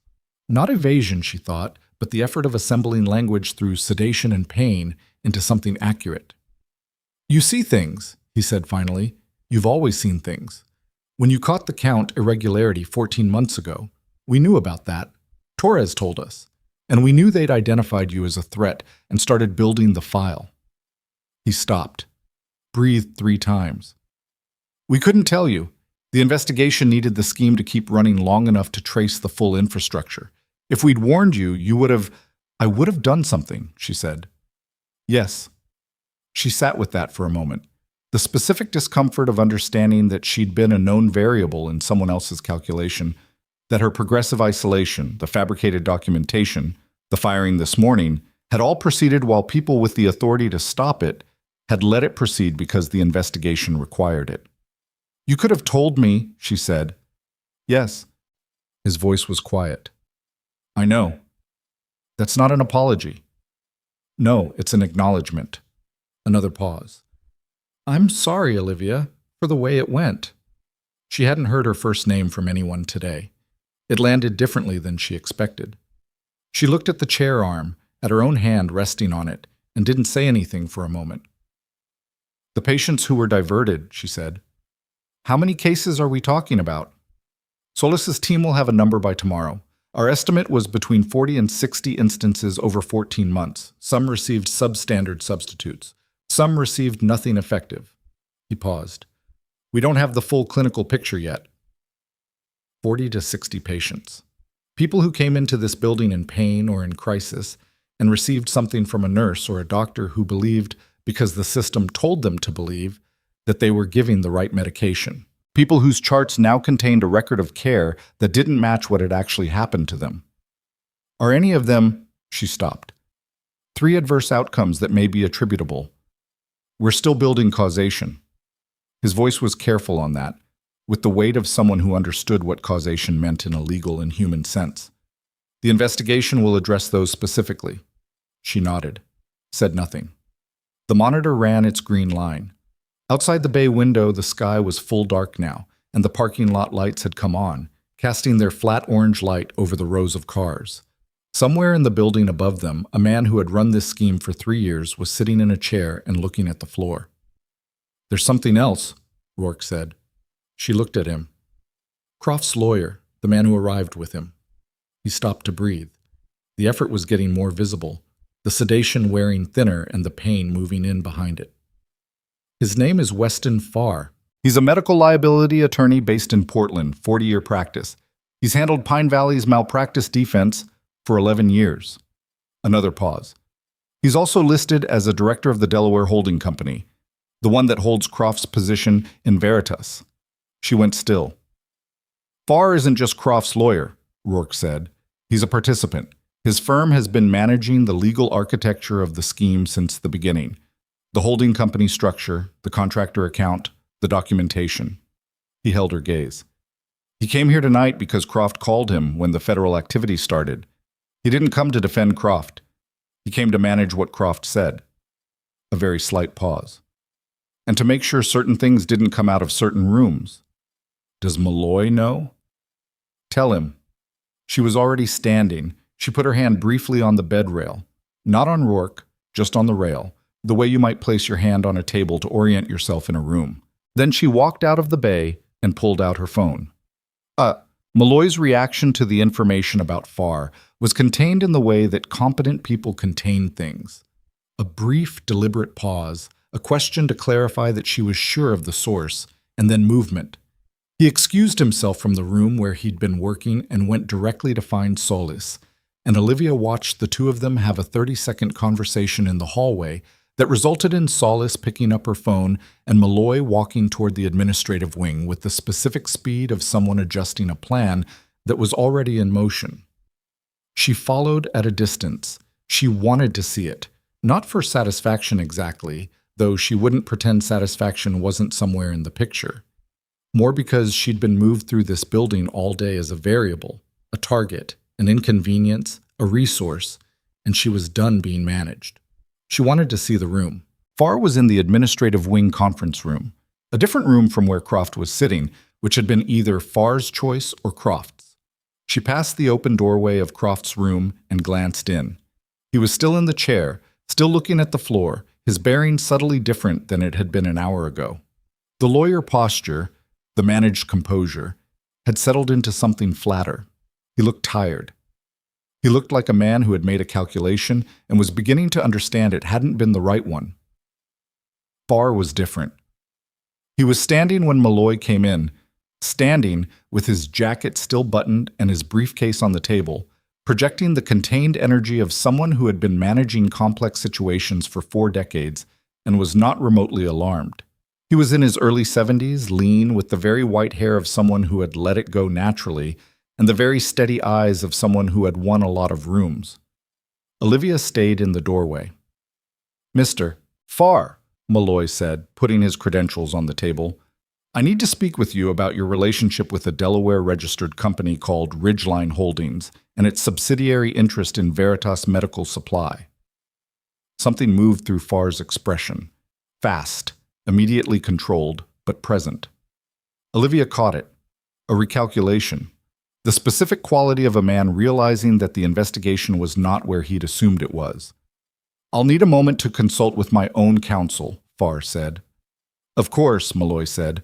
"We'll need to hold your briefcase and any devices while you do." A pause. The briefcase was on the table between them. Neither man moved. "That's not," Farr started. "It's covered by the preservation order, which was issued for all parties with documented involvement in the scheme. Your name appears in the Ridgeline Holdings registration." Malloy's voice was entirely even. "We can do this with or without a conversation about it. The documentation is what it is." The briefcase stayed on the table. Farr sat down. He looked, for the first time since she'd seen him in this building, like someone who understood the geometry had changed. Olivia stepped back from the doorway. She found Priya at the end of the patient corridor, doing something with a medication cart that she clearly didn't need to be doing at this hour. Olivia recognized it as the occupational fidget of someone who needed to keep her hands moving. "They're talking to everyone," Priya said, without looking up. "There's been 2 interviews on this floor alone. Garrett, the overnight supervisor, one of the pharmacy techs." She paused. "Me again, a longer one." "How did it go?" "I told them about Torres, the name, what she said, the conversation in the break room." She looked up. "I also told them that 6 months ago I found a count off on a hydromorphone order, and I reported it, and the supervisor told me it reconciled, and I let it go." She stopped. "I let it go." "You didn't have the full picture." 4 months later, I started keeping notes because I couldn't stop thinking it was wrong. But for 6 months before that, I let it go." She looked down at the cart. "I don't know how to—" She stopped. "I don't know what to do with that." Olivia looked at her. There was a version of this conversation that offered reassurance, that told Priya it wasn't her fault, that the people running the scheme were sophisticated, that she couldn't have known. All of that was true. None of it was the whole truth. "You kept the notes," she said. "When it mattered, you kept the notes. That's what the investigation has. That's what they're working from." A pause. "What you do with the 6 months before that is between you and yourself, but it doesn't cancel the 4 months after." Priya was quiet. Then, "Is that supposed to make me feel better?" "I don't know. It's just true." Priya almost laughed. Not quite, but the motion was there. "You're a terrible comfort, you know that?" I know. Thank you, Priya said. For what it's worth. Olivia moved on. She went to the break room and made coffee, the real kind from the machine that took actual grounds, not the dispensed variety, and sat down at the table with a cup and didn't think about anything for approximately 4 minutes, which was the longest she'd managed not to think about anything all day. Then her phone buzzed, a text from a number she now recognized as Mercer's. Croft's being taken for formal interview at the federal building in Portland. Farr is following under separate counsel. Hale has requested a lawyer and stopped talking. Voss is cooperating. She read it twice. Then she put the phone down and finished her coffee. Well, the story that emerged over the following 3 hours was not clean. Institutional collapses rarely were.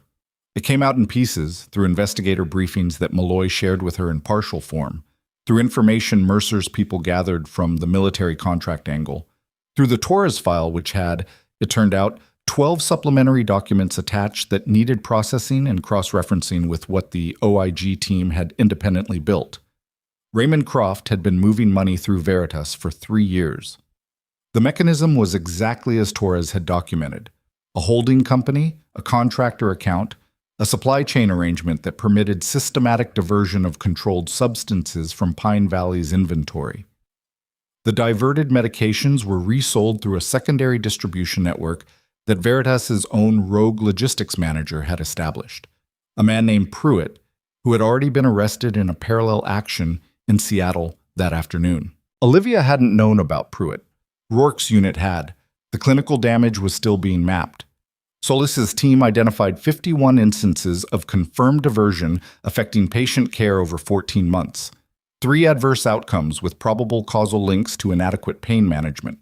One patient, a post-operative cancer case from 7 months ago, who had received a saline substitute instead of the ordered opioid analgesic, and whose pain crisis had been documented in her chart as psychological in origin. That one stayed with Olivia in a specific way. The woman's name was in the records.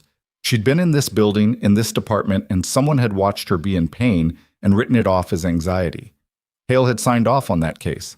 She read the summary in the consultation room at 9:45 at night, sitting across from Solis, who had coffee that was better than the break room variety, and who said, at the end of the briefing, with the matter-of-fact delivery of someone who didn't offer things she didn't mean, "Your work today, catching the splenic injury, the contact with Torres, the Farr identification, that's in the record. Formally. It'll be part of the investigative report." "Okay," Olivia said. "Okay," Solis agreed and closed her folder. Olivia went back to check on Rourke. He was asleep. Actually asleep, not sedated, which was better. His numbers were where she wanted them. She stood in the bay doorway for a moment and watched the monitor's green line and thought about 14 months of catching things without knowing what she was catching, and about the 41 patients whose cases were straightforward and the 51st whose chart said she'd been anxious when she'd been in pain, and about Priya's handwritten notebook, and about Renata Torres in a safe house in Seattle watching the building she'd left because staying would have cost her too much. She thought about Marcus Hale, who was somewhere in this building waiting for a lawyer, and about Raymond Croft on his way to a federal building in Portland, and about Weston Farr, who had walked into this hospital with a briefcase and the confidence of a man who had managed 40 years of difficult rooms and had finally found one he couldn't manage. She didn't feel triumphant. She felt the particular exhaustion of a long day in which a lot of things that had been wrong for a long time had started moving toward being less wrong, which was a different thing than being right, and which would take considerably longer than one day. She turned to leave the recovery bay. One of Malloy's investigators, the younger one, a man named Ortega, who had been moving through the building all evening with a laptop and a very large thermos of coffee, was in the hallway. He looked like someone who had been waiting for her to come out. "Solis wants you," he said. "Conference room. Now." "What happened?" "The Torres file. The supplementary documents." He paused. "One of them is a recorded phone call. 14 months old. Croft and Hale." Another pause. "And a third person." "Who?" He looked at her with the expression of someone who was aware they were delivering something significant and was trying to do it accurately. "We're still confirming identity, but the voice on the call refers to..." We need you to listen to it, because there's a section where the person is referenced by description, not by name." He paused. "The description matches you. It's from 14 months ago, the week after you flagged the count discrepancy. And what's being discussed—" He stopped. "What's being discussed?" she said. He looked at her steadily. "How to handle you, specifically, and what to do if the handle didn't work." He paused one more time. "The third voice on that call isn't far. It's not anyone we've identified yet. And the call was made from inside this building, from a landline extension that was assigned 14 months ago to someone who still works here." The hallway felt very still. Someone who still worked here. Someone who had been in this building today. Who had watched the investigation move through the floors, had watched Croft arrive with his lawyer, had watched Olivia walk back through the door she'd been walked out of this morning. "Which extension?" she said. Ortega looked at his phone, read her the number. She knew the extension. She'd called it. She'd transferred patients to it. She'd heard it paged overhead on morning rounds 100 times in 3 years. It was the extension for the ER's attending physician lounge, the room that multiple attendings used that had no permanent assignment, that anyone with a staff badge could access. It was also, she knew, because she knew this building, directly adjacent to the room where right now Marcus Hale was waiting for his lawyer. She didn't run. Running attracted attention, and attention right now belonged to the investigators, not to her. She walked at the speed of someone with somewhere to be and a clear reason for being there, which was fast enough. Ortega was behind her on his radio, and she heard him relaying the extension information to Solus in the clipped shorthand of someone who understood the implication without needing it spelled out. The hallway on the ER floor was ordinary, evening staff, the ambient noise of a department in operation, the overhead lights at their standard brightness. Nothing about it looked like what it was, which was a building in the process of coming apart at its load-bearing points. The attending physician lounge was at the end of the east corridor, past the trauma bay, past the supply station, past the room where she'd had the conversation with Hale 2 nights ago that had ended with him telling her this wasn't the right environment for her. The door was solid wood with a narrow vertical window. She slowed as she approached it, not from hesitation but from the professional instinct of someone who had learned to read a room before entering it. Through the window, Hale, seated at the small table, his jacket off, his phone face up in front of him. He was looking at the phone, not using it, looking at it, the way people looked at things when they were thinking about what they'd already done with them. She pushed the door open. He looked up. The calculation in his face was immediate and visible. Who she was, what her presence here meant, what it said about what the investigators had found, and when. She watched him run it and arrive somewhere that wasn't quite fear but was adjacent to it. A kind of reckoning. "There's a recorded phone call," she said.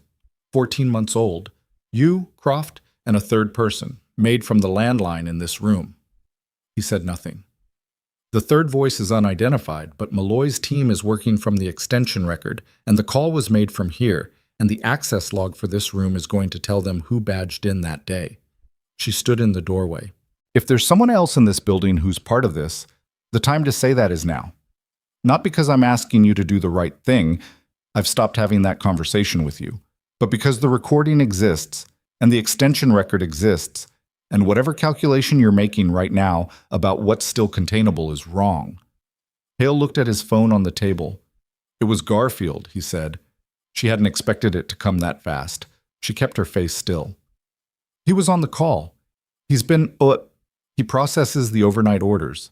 He has system access I don't have." Hale's voice was flat, the way voices got when someone was giving up information as a transaction, calculating what it bought. "He didn't set anything up. He just made sure the counts reconciled on the system side. After the fact, the numbers the system showed, after a diversion, were his work." She thought about Garfield in the trauma bay that afternoon, when she'd called for the repeat fast on Rourke. His hesitation, the way he'd looked at the monitor and then at her, and then done what she said. Because the image on the screen was real, and he couldn't argue with it. She'd read that as the resistance of a proud man being corrected. It had been something else also. Did he know what the diversions were for?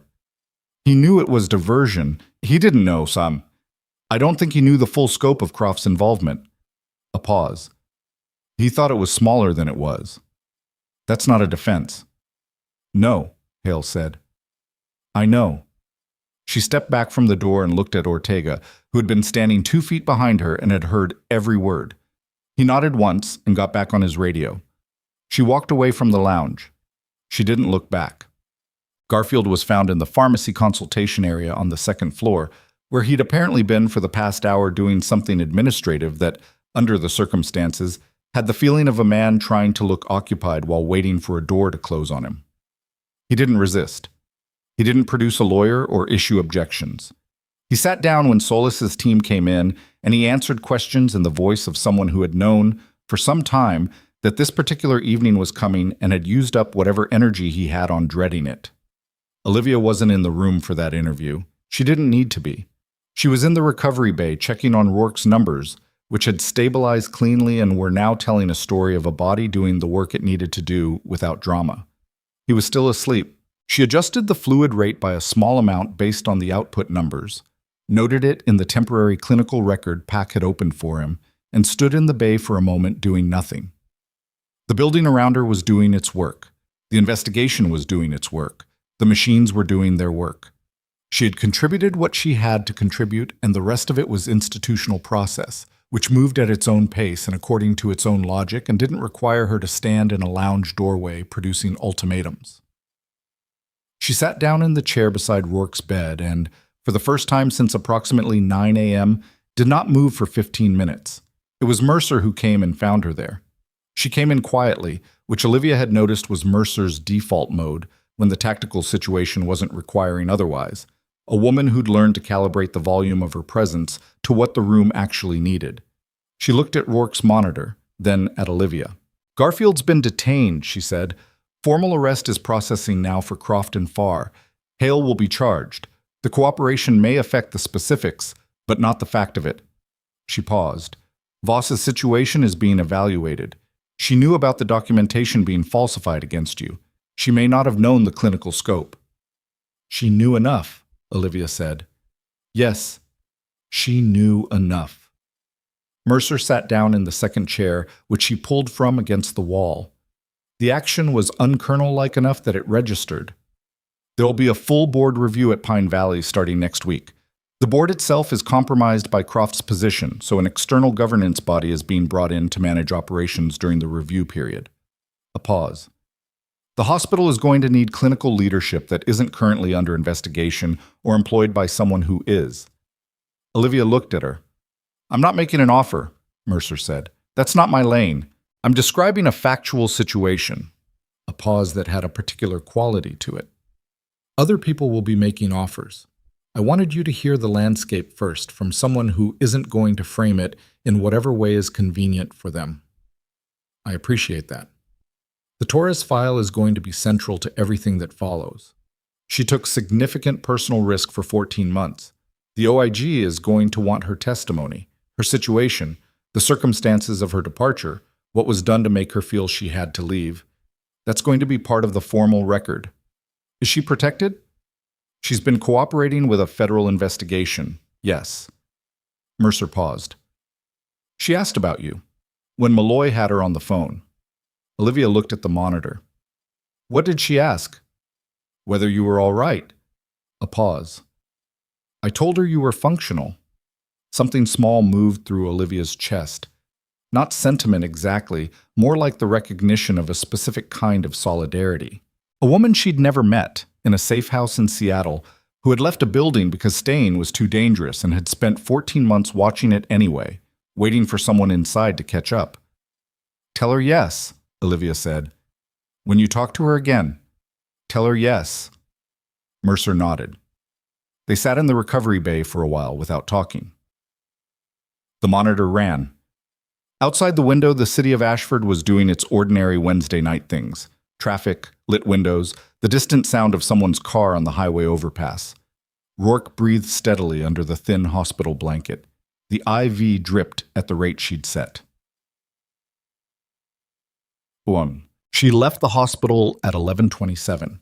Not because she was finished, there was no clean finish line, not tonight, but because Solis had told her formally that her presence wasn't required for the next phase of the process, that her statement was complete, that if anything needed clarification, someone would call. The clinical picture for Rourke was stable, and Pack's team had it. There was nothing left that required her specifically to be in this building tonight, and standing in it for no purpose was a kind of self-punishment she'd decided she wasn't interested in. The parking lot was cold. October in the Cascades had a specific quality after dark, the air coming off the mountain with enough altitude in it to make even a clear night feel close to frost. She stood beside her car for a moment and looked up at the building.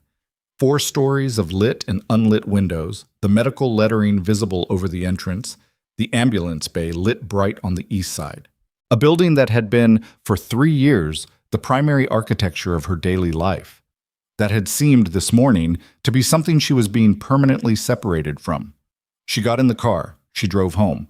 She made toast because it was nearly midnight and soup felt like too much. And she stood at the kitchen counter eating it and looking at nothing in particular on the far wall and thinking about what the woman in the cancer cases chart had experienced. The pain that got written off as psychological, the institutional machinery that processed her complaint as a documentation issue and moved on. That woman's name was Dolores Varga, and she had been 58 years old at the time, and she was alive and had apparently recovered from her surgery, and she didn't know yet that what had happened to her had a different name than the one the chart had given it. She would know soon. The investigators would make sure of that. And knowing would be its own complicated thing. The relief of being right, the retroactive anger, the question of what you did with the understanding that an institution had failed you and called the failure your own pathology.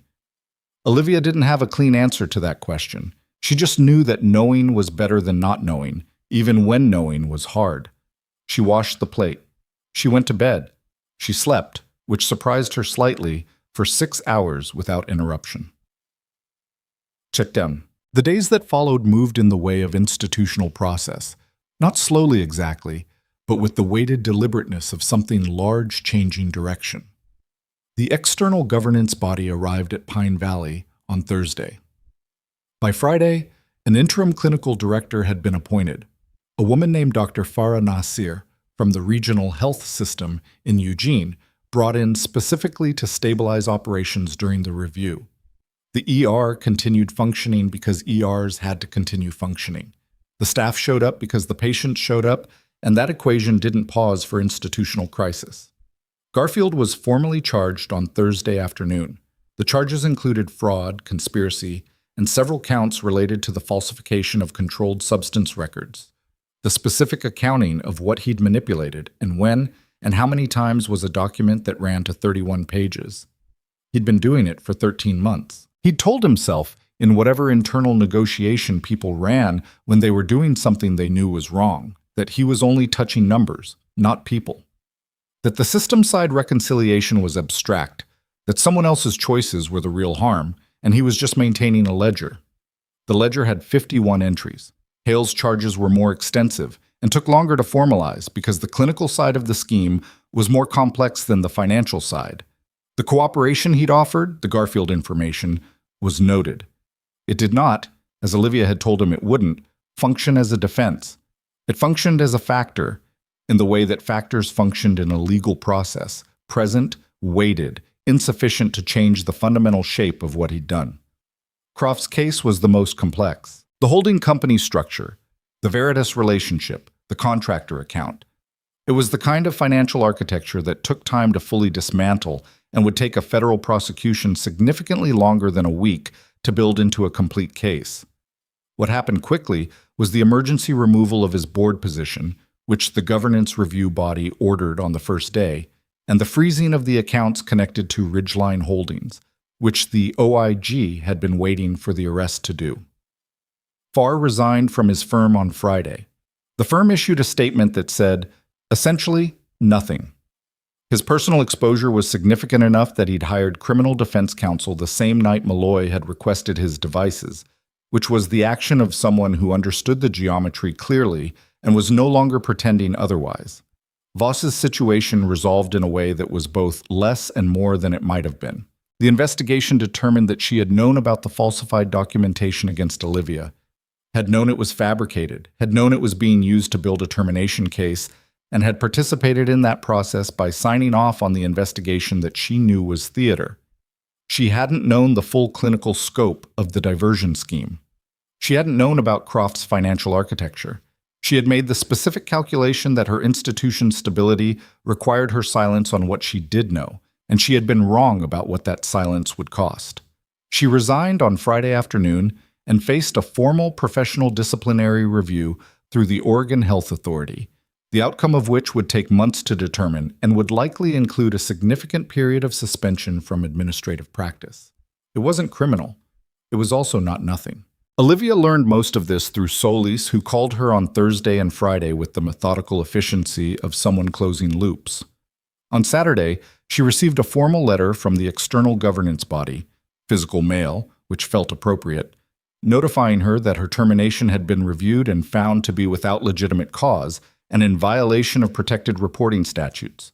She was being offered immediate reinstatement with full back pay for the period of termination and a formal written apology from the institution. She read the letter twice at her kitchen table with coffee. Then she folded it and set it down and thought about whether she wanted to go back.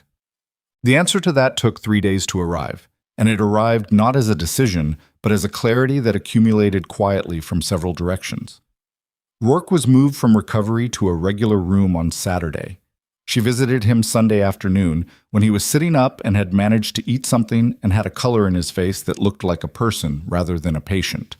He'd shaved, which was impressive given the effort it must have taken, and he had the slightly sheepish quality of someone who had been horizontal for 4 days and was negotiating the return of his own dignity. "You look better," she said. "Low bar." "Yes." She sat down. "How's the pain?" "Managed. Pack's team is careful." He paused. "The good kind of careful." She looked at his chart on the tablet mounted to the wall, numbers that were telling a story of slow, real recovery. Another week inpatient, probably. Then a transfer to the military medical facility in Tacoma for the rehabilitation phase. The liver enzymes have been trending down, which is what we wanted. "You've been checking." "I check things. It's what I do."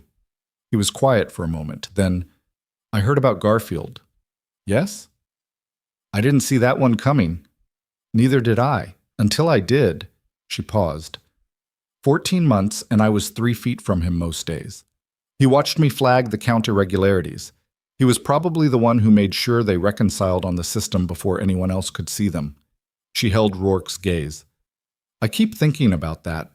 What it looks like when someone is complicit in something and still shows up to work every day and functions and does the job." "It looks like everyone else," Rourke said. "That's what I keep arriving at." He nodded. "Torres is coming to Portland next week. The OIG has a preliminary interview scheduled." A pause. "She said she wanted to meet you." "I want to meet her." "I'll tell her." She stood up to go. She was almost at the door when he said, without particular weight, "The letter from the governance body. Nasir told me she was going to be in touch with you separately." She turned. "About?"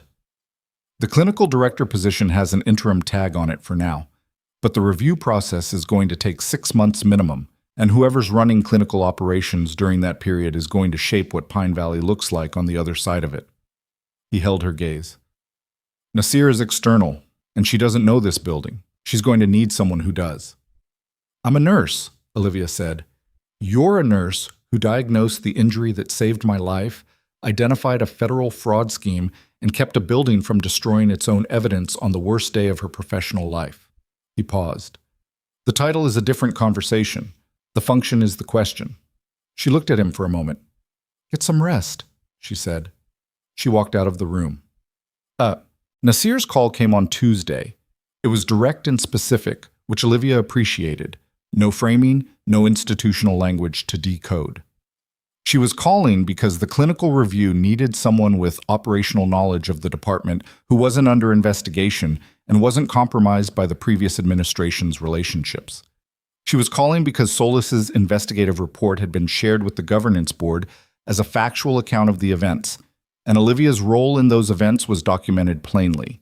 She was calling because the ER needed a lead clinical voice during the review period, and there was a case to be made for that voice being someone the department already knew. It wasn't director of nursing. It wasn't chief of anything. It was a working role, senior clinical coordinator, interim, with a formal title to be determined after the review. It meant staying in the ER. It meant being accountable for the department's functioning during a period when functioning was going to be harder than usual. It meant working alongside an external interim director in a building that had just had several of its foundations removed. It was not a clean offer. It was a complicated one, carrying the weight of everything the building had done and everything it still needed to do. "I need a few days," she said. "Take them," Nasir said.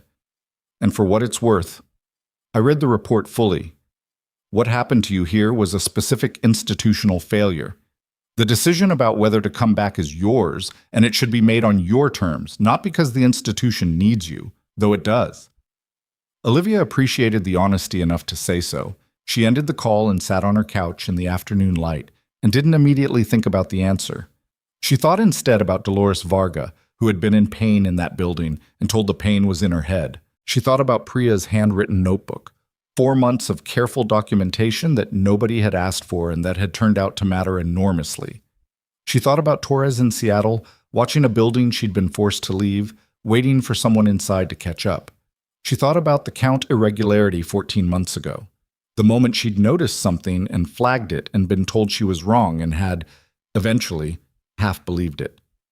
The specific erosion of being told repeatedly that what you see isn't what's there. How long that took to work on you, and how quietly.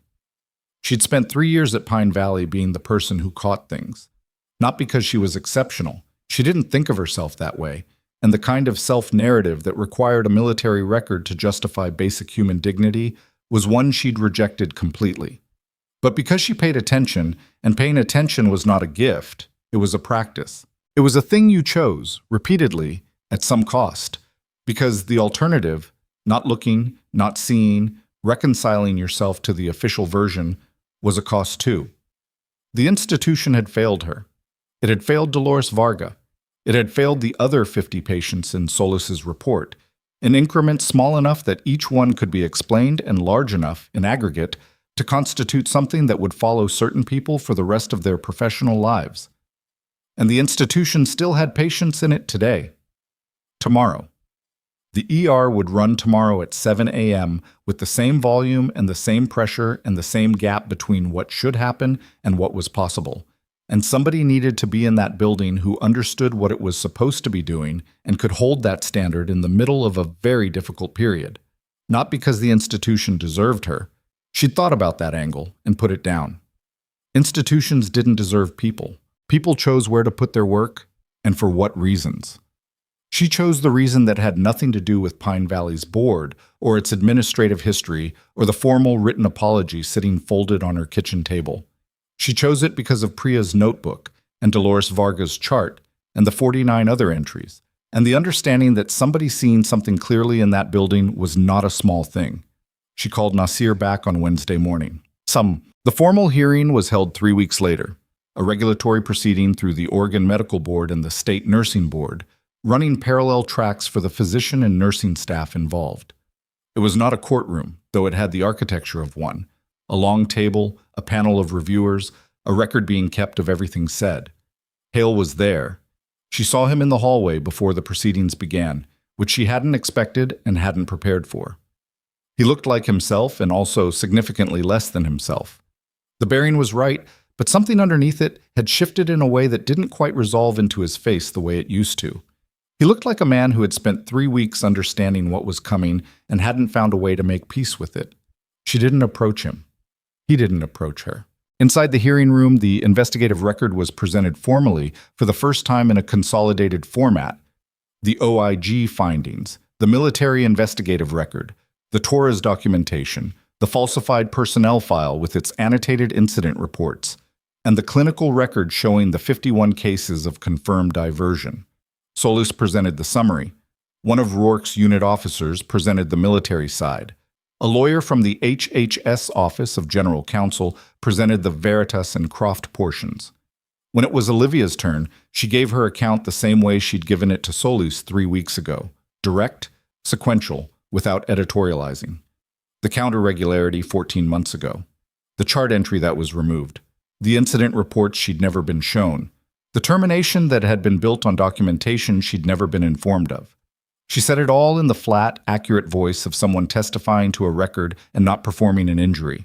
At the end, the panel chair, a woman named Dr. Whitmore, 60-something, with reading glasses and the demeanor of someone who had seen a great many things and had chosen to keep seeing them clearly, asked her one question.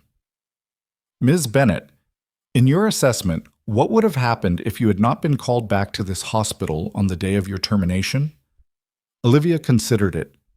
The investigation would have proceeded. The federal case was built on evidence that didn't require my presence. She paused. The clinical identification of Commander Rourke's injury might have taken longer. It's possible the delay would have cost him the surgery. Another pause. The third-party voice on the Torres recording might have stayed unidentified longer, though the extension records would have gotten there eventually. She looked at Whitmore. Mostly, I think the answer is that the same things would have happened on a slightly different timeline, with slightly different costs. And what would have happened to you? She hadn't expected that question. She thought about it honestly, the way the question deserved. I would have been angry for a while, she said. And then I would have found another hospital. And I would have kept catching things, because that's what I do, whether anyone was paying attention or not. She paused. The institution's failure wasn't going to change what I am. It was just going to waste it for a while. Whitmore looked at her for a moment. Then she made a note and moved on. The outcomes were delivered over the following weeks in the measured cadence of regulatory and legal proceedings. Hale's medical license was suspended pending the criminal case, with the board's preliminary determination indicating likely permanent revocation upon conviction. Garfield's nursing license was revoked immediately on the strength of the evidence already in the record. Voss received a 5-year suspension from administrative healthcare practice in Oregon. Croft's criminal case would take considerably longer. Federal fraud cases almost always did. But the preliminary charges were filed and the financial holds were in place, and Weston Farr, who had his own parallel exposure, was no longer in a position to manage anyone's legal architecture. The Veritas operation was dismantled entirely. The secondary distribution network that had processed the diverted medications was the subject of a separate investigation in which Pruitt, the Veritas logistics manager in Seattle, was cooperating in exchange for considerations that were none of Olivia's business. Dolores Varga was contacted by the OIG's patient notification team on a Thursday in November. Olivia knew about it because Solis told her, and she thought about it for the rest of that day.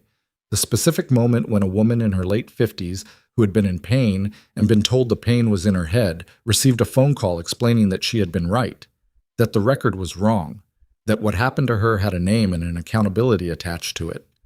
She hoped Varga had someone with her when she got that call.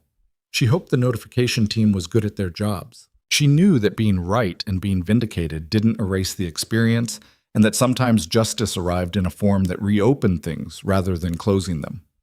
She sat with that without being able to fix it, which was the thing about consequences. They were real, and they ramified in directions that plans didn't fully anticipate. Torres came to Portland in November. They met in a coffee shop near the OIG field office on a Tuesday afternoon, which was unremarkable as settings went. Small tables, background noise, coffee that was better than hospital coffee, which was the only real standard Olivia had anymore. Torres was 34, compact, with the watchful quality of someone who had been careful for a long time and was learning, slowly, that careful could be a different kind of thing than it had been. They talked for 2 hours. They talked about the count irregularities and the notebook and what it felt like to see something and not know what you were seeing, and about the specific exhaustion of being the person who kept noticing.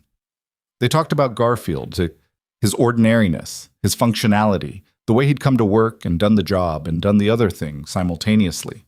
They talked about what the 51 entries in the clinical record meant and what it took to hold that number and keep working. At the end, Torres said, "I watched that building for 14 months. I was so angry. And then you went back in on the day they fired you, and I thought, that's what it looks like. When someone doesn't let the institution define what they're worth." Olivia looked at her coffee. "I went back in because a man was going to die," she said. That's the honest version. That's also the version that's true about everything else you did, Torres said. You kept doing it because the thing that needed doing was in front of you. That's not small. Olivia didn't have an answer to that. She didn't reach for one. She started the senior clinical coordinator role on a Monday in late November. She drove to the hospital in the dark because her shift started at 6 and the Cascades were already getting the first serious cold of the season. The parking lot had a skim of frost on it. The medical lettering over the entrance was lit the same way it had always been lit. She badged in. The doors opened. The ER smelled like every ER she had ever worked in. That specific combination of antiseptic and recycled air and the particular humanness of a space where people arrived in crisis and were handled by other people who were trying to help them. Priya was at the station doing the shift handover, her notebook. A new one, proper, with the hospital's patient safety documentation system now aligned to accept her kind of tracking, open beside the keyboard. She looked up. Her face did the thing it had been doing more often lately, something direct and warm, without the undertow of anxiety. "Morning," Priya said. "Morning." Olivia set her bag down. "What have we got?" Priya handed her the board. She read it. She asked 3 questions about the overnight cases that needed asking. She moved into the department, and the department moved with her, which was not different from how it had always worked. She had always been someone who could hold a room by knowing what the room needed. The room had never required her to announce herself. What was different was this. She was no longer working around a false record. She was no longer watching numbers reconcile in ways that didn't match what she'd seen. She was no longer the person who caught things in a building that had built a case against the catching. She still wasn't comfortable here in the way comfortable was supposed to feel. The building had a history she was going to be aware of every day, in the rooms that held the memory of what had happened in them, and the charts that were being corrected, and the patients who were being notified. The work of making Pine Valley Medical Center a different institution than it had been was not a thing that resolved cleanly. It was a thing that had to be done, daily, in the specific and unglamorous ways that institutional culture actually changed, through decisions and documentation, and the steady refusal to let something wrong stay the way it was. She knew how to do that. She had been doing it, at some cost and without full credit, for 14 months before anyone else was paying attention. The first patient of her shift came in at 6:14, a 60-year-old man with chest pressure and an EKG that needed reading carefully. She read it carefully. She caught what was there. She made the call that needed making. She didn't think about whether anyone was watching. She didn't think about what it was worth or who would document it, or whether the institution deserved the quality of attention she brought to it. She just worked, because the work was in front of her, because the patient was in front of her, because that had always been the whole of it, not the record, not the title, not the validation of people who should have given it without being compelled. The thing itself. The person in front of you, the problem you could see, the gap between what was happening and what should be happening, and the choice to stand in that gap and do something about it. That was what she was. It had been what she was before anyone knew her name. It would be what she was after. The proceedings were over, and the records were corrected, and the building had finished becoming whatever it was going to become next. The things they had tried to take from her, her reputation, her record, her professional standing, her confidence in what she'd seen with her own eyes, those had been real losses while they lasted. She didn't pretend otherwise. The institution had done damage that the institution's apology did not fully repair, and anyone who told you otherwise had never been the one with the fabricated file. But they hadn't taken what she actually was. They'd tried for 14 months with considerable sophistication, and they hadn't managed it. Not because she was exceptional, because paying attention was a practice, and she had kept the practice, and no document in an administrator's file could alter what a person did when the thing in front of them required doing. Outside the window of Bay 3, where the 60-year-old man with chest pressure was now stable and asking for water, the Cascades were catching the first gray light of a November morning. The frost on the parking lot was starting to lift. The day shift was coming in. The building was doing what buildings like this one did, receiving people, running its systems, trying to be what it was supposed to be, imperfectly, under pressure, with better and worse results depending on who was in it and what they chose. She was in it. She chose.